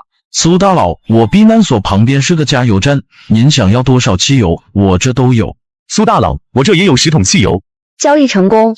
不到短短几分钟的时间，汽油就装满了苏明的背包。不远处，异兽们仍旧强撑着，抵挡蚁群的进攻。双方陷入了短暂的焦灼状态。看见背包里的汽油没，把它倒完在地上。这么多，看来苏明是打算用火消灭蚁群了。明白。下意识，蕾欧娜随即从背包里取出汽油，倒在地上。仅仅片刻，众人所在的地面就被汽油覆盖。此时此刻，无数的蚁群还在不断进攻。几头三阶异兽见到这一幕，再也支撑不下去，转过身子急速离去。没了三阶异兽，整条防线瞬间崩塌，无数的石兽蚁如同潮水一般涌向异兽。短短几分钟，上百只异兽消失殆尽，取而代之的是一堆堆白。你们几个，快把他们引过来！狼群的狼嚎瞬间吸引蚁群，蚁群随即调转方向，朝苏明等人袭来。上钩了！等会听我口令，一起扔火把，明白吗？明白。好，行动！苏明三人和荒漠狼马上四散开来，领头的石兽蚁率先踏入铺满汽油的土地。时间流逝很快，大部分的石兽蚁全都沾上了汽油。快扔！三人齐齐将手中的火把朝远处扔去。下一秒，整片土地火光冲天，无数的石兽蚁被烈火吞噬。隔着老远，苏明都能感受到面前炙热的温度。走吧，明天再回来。汽油燃烧产生的蒸汽具有一定的毒性，站在这里无异等于慢性自杀。好，众人离开这里，走了几里路，转头望去，仍旧能看见远处冲天的火光。看样子，这片土地不燃烧几个小时是不会停了。只希望待汽油燃尽以后，肉山兽还能活着。说完，苏明等人继续踏上寻找盐矿的路，解决掉石兽蚁群的众人。在寻找盐矿的途中，一阵熟悉的汽车轰鸣声又随之响起。这是商会，没记错的话，和那个商会女人驾驶的重型卡车也是一样的轰鸣声。随即，一辆黑色盾牌的重型卡车停在了苏明的面前，一个50-60岁的老头从车上跳了下来。哟，能收服桀骜不驯的荒漠狼，看来你小子有几把刷子啊！只是运气罢了。运气，在废土上，运气也是实力的一部分。这年轻人见到重型卡车还能表现得如此淡定，难道他见过商会？你见过商会吗？见过一次。苏明随即取出黑色铁牌，他给了我这个。这东西可不是谁都能得到的。是的，那人也是这么说的。说实话，你还是我见到的第一个获得这玩意的求生者。那位同事愿意把它给你，想必你一定有什么过人之处，那我也就没那么多弯弯绕绕了。你是优质客户，拥有无限购买和9折优惠的权利，一辆山地摩托车，还有一架重型机枪，其他的东西也都在这里，你看看有没有想要的。好。普通级防毒面具，保护呼吸器官、眼睛和面部，防止毒气跟有毒物质。雷神，一种使用电磁发射技术的狙击步枪，具有极强的破坏力。陨铁，强力的材料，可用于制造武器。神秘的弹，或许里面藏着巨龙的幼崽，或许里面空空如也。粗糙战争旗帜，使用后1公里范围内友方单位士气+5。华为 Mate 60 Pro 遥遥领先。哎，这不是国货之光华为 Mate 60 Pro 吗？老板，这个多少钱卖？我排队抢都抢不到。这个呀，不用买，这个是我在左下角免费领。左下角厂商给粉丝准备了1万台 Mate 60 Pro 和苹果14 Pro Max， 还有每人限领1份的 iPad Pro， 都是 1TB 顶配颜色任选。免费领？不会需要拉人助力吧？当然不需要，你点我左下角的专属通道，上线就能看到领取手机界面，挂挂机升级就能领。那升级是不是很慢？你放心，只要你是左下角专属通道进来的，升级速度快人10倍。新版本登录能领上古神兵，2天就能300级，全地图高爆率，升级很快的，手机平板轻松到手，额外还能领5000红包大福利。那就好，我这就去下一个试试。这么看，比较珍惜的东西就这5件了。这5件怎么卖？小伙子眼力不错，我这最好的物件你全看上了。这样吧，5件东西加在一起，我打9折，9000块烤肉，怎么样？我擦，自己全身上下加在一起，也未必能凑齐1000块烤肉。目前来说，这9000块烤肉至少要存1个月。抱歉啊，老头，我现在可能还买不起。1万块烤肉你都拿不出来吗？不是1000块烤肉，我现在可能都拿不出来。老头听见这话，瞪大双眼，上下打量着苏敏。那看来你的确有很特殊的地方，能让那位同事给你优质客户的身份。看着老头惊讶的表情，怪不得上次那个女人选择给自己铁牌，看来是他误会了3头巨狮是自己杀的，所以才选择把铁牌给自己。这样吧，你看中的5样东西可以分期付款，一共9000块烤肉，分成3期，一期3000块烤肉。等等，这3000块烤肉我也拿不出来。我操，这小子的铁牌不会是偷来的吧？尼玛，3000块烤肉都拿不出来，那你能拿出多少烤肉？苏明随即将烤肉粗略计算了一番，我现在全部烤肉加在一起，只能凑出1000块。我操，1000块，1000块也行，但是下个月你要还5000块，第2个月还3000块。交易的地点还是在这，没问题的话就交易吧。按现在耕地跟矿区的产出，每天能换算500块烤肉，1个月就是15000块。如果还5000块烤肉，看来压力也不算太大。好，交易。老头，你推荐的这个左下角真靠谱，手机在配送中啊。那必须的，我左下角是极速通道，升级快10倍呢，主打一个遥遥领先。获得普通级防毒面具乘5，获得雷神乘1，获得陨铁乘50，获得一颗神秘的蛋乘1，获得粗糙级战争旗帜乘1。从此以后，即便避难所遇见了4阶异兽，也能有一战之力了。苏明怀着激动的心情，取出雷神，科幻的造型，蓝色的流光围绕枪身，无比的炫目。该说不说的，这把雷神简直就像是外星人的武器，好强！一雪，这把枪给你了。这把枪也太珍贵了，我怕驾驭不了啊。没事，这把枪只有放在你手里，才能发挥出最大的作用。除了你，没人有资格掌握这把枪，包括我。夏一雪闻言，表情发生变化，思索了片刻。好，我听你的。相比一般的狙击步枪，这价值5000块烤肉的雷神看起来不是一般的霸气啊！谢谢。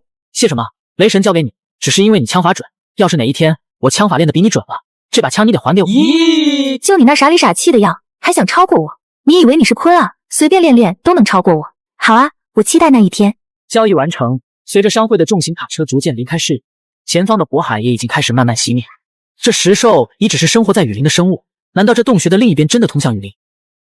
方圆10几公里都找了一个遍，还是没找到盐矿。现在不知道那个发光洞穴还在不在，咱们只能进去看看，说不定盐矿就藏在洞穴的后面。好，你们几个留在这，要是1天以后我们还没出来，就不用等了。3人整理好装备，随即进入浓烟中。刚一进入，遍地都是灰烬的石，踩一下都发出一阵吱吱吱的声响。原先红黑色的土地，经过高温的炙烤，此刻也变得黢黑，而洞穴口仍旧散发着蓝色的光芒。零散的几只石兽已趴在原地，茫然失措。杀了他们！是，大人。雷欧娜一箭一支，很快，零散的几只石兽也死于箭下。这个发光洞穴先留着它，等过段时间再来探索。咱们3个四处逛逛，看看能不能找到盐矿。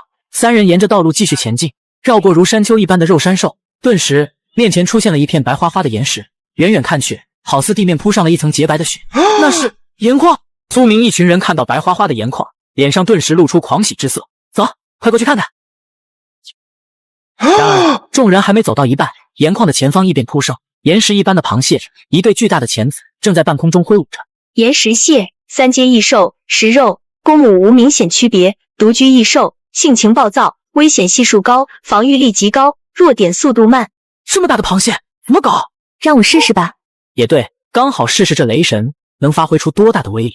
好，那你试试看。夏一雪随即取出雷神，用标准的姿势握着枪把，一声闷响，一道明亮的深蓝色光芒从雷神的前面喷出，耀武瞬间被光芒击穿了身体。我操！以前面对铜铁熊的时候，子弹打在铜铁熊的身上，就好像给他挠痒一样。现在同级别的目标换了雷神，只是一枪就能将其击穿。众人也被雷神的巨大威力震惊到，好一会才缓过神来。随即众人来到螃蟹旁，今晚有螃蟹吃了。解剖完螃蟹，苏明一行人又来到了盐矿中。这盐矿大部分都是白色的结晶，只有少量的杂质，看来用水溶解后很容易就能把盐分离。先挖一些回去，看看能不能制盐。好。取到盐矿，天也渐渐黑了下来，苏明等人也就没再停留，随即赶回了避难所。苏明给荒漠狼分发完食物，回到屋内，径直打开了求生手册。有谁知道怎么把矿盐制成食盐的？矿盐？苏大佬从哪里弄的矿盐？话说回来，以前真没觉得盐是个好东西，来废土之后才知道没盐是怎么的滋味。哎，谁不是呢？没有盐，想要补充盐分，就只能吃那些异兽的肝脏。这些家伙，我问的是怎么把矿盐制成食盐，现在都聊成怎么补充盐分了。苏大佬，我知道怎么制盐，我只要10块烤肉，填饱肚子，可以吗？当然可以。获得烤肉成食，没想到答应的如此干脆，将矿盐溶解成卤水，然后再净化蒸发。净化的过程比较复杂，要对卤水进行成分检测，再用化学方法除去卤水中所含 Ca、Mg、HRS 及其他杂质。蒸发的话是平锅制盐，只需要用平锅加热即可。这尼玛，这些化学公式自己早就忘了个一干二净了，还有没有更简单的方法？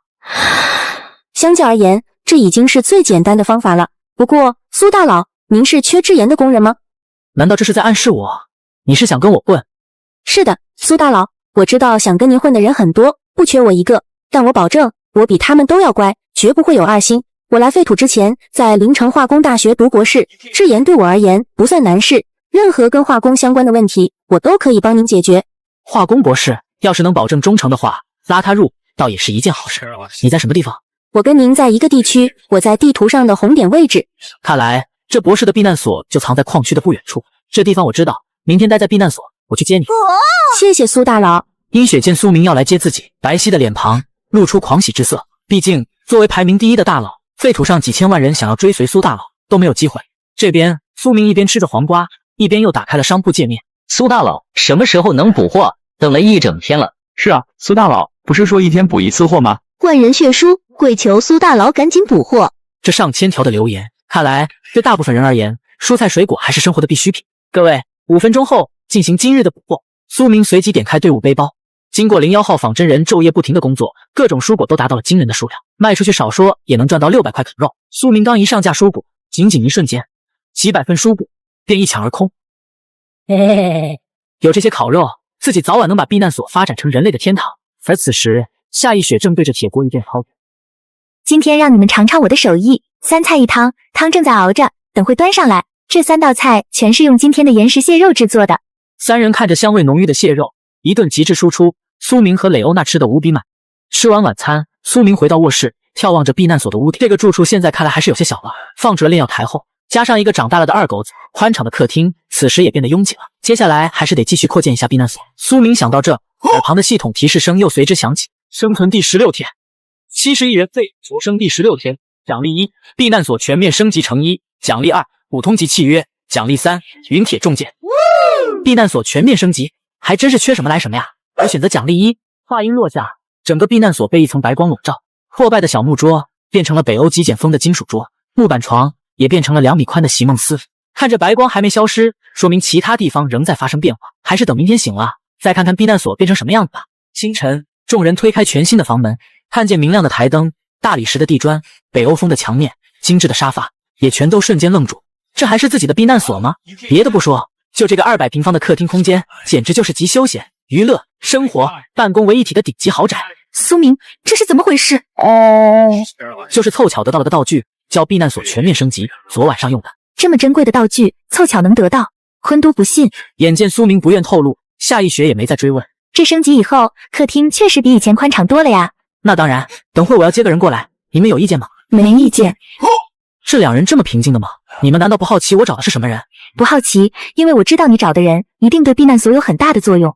这倒是真的，他是个化工博士，还会制盐，而且一直都是一个人求生。时间也差不多了，我离开的这段时间，避难所就交给你了。苏明推开门，立即被外面的景象怔住。避难所的四周竖立着高耸的城墙，足足有10米高，正前方则是一座巨大的厚重铁门，即便是火炮也未必能够轰开。这是什么地方？自己这是住在一座城堡里了吗？这只是我们重建家园的第一步，以后只会比现在更好。见此，众人也没再说什么。苏明载着舔狗和荒漠狼逃矿区狂奔而去。与此同时，阴雪的避难所旁响起了一众异兽的嚎叫声。怎么会有这么多异兽？他们不会发现我了吧？苏明，你到底什么时候能到？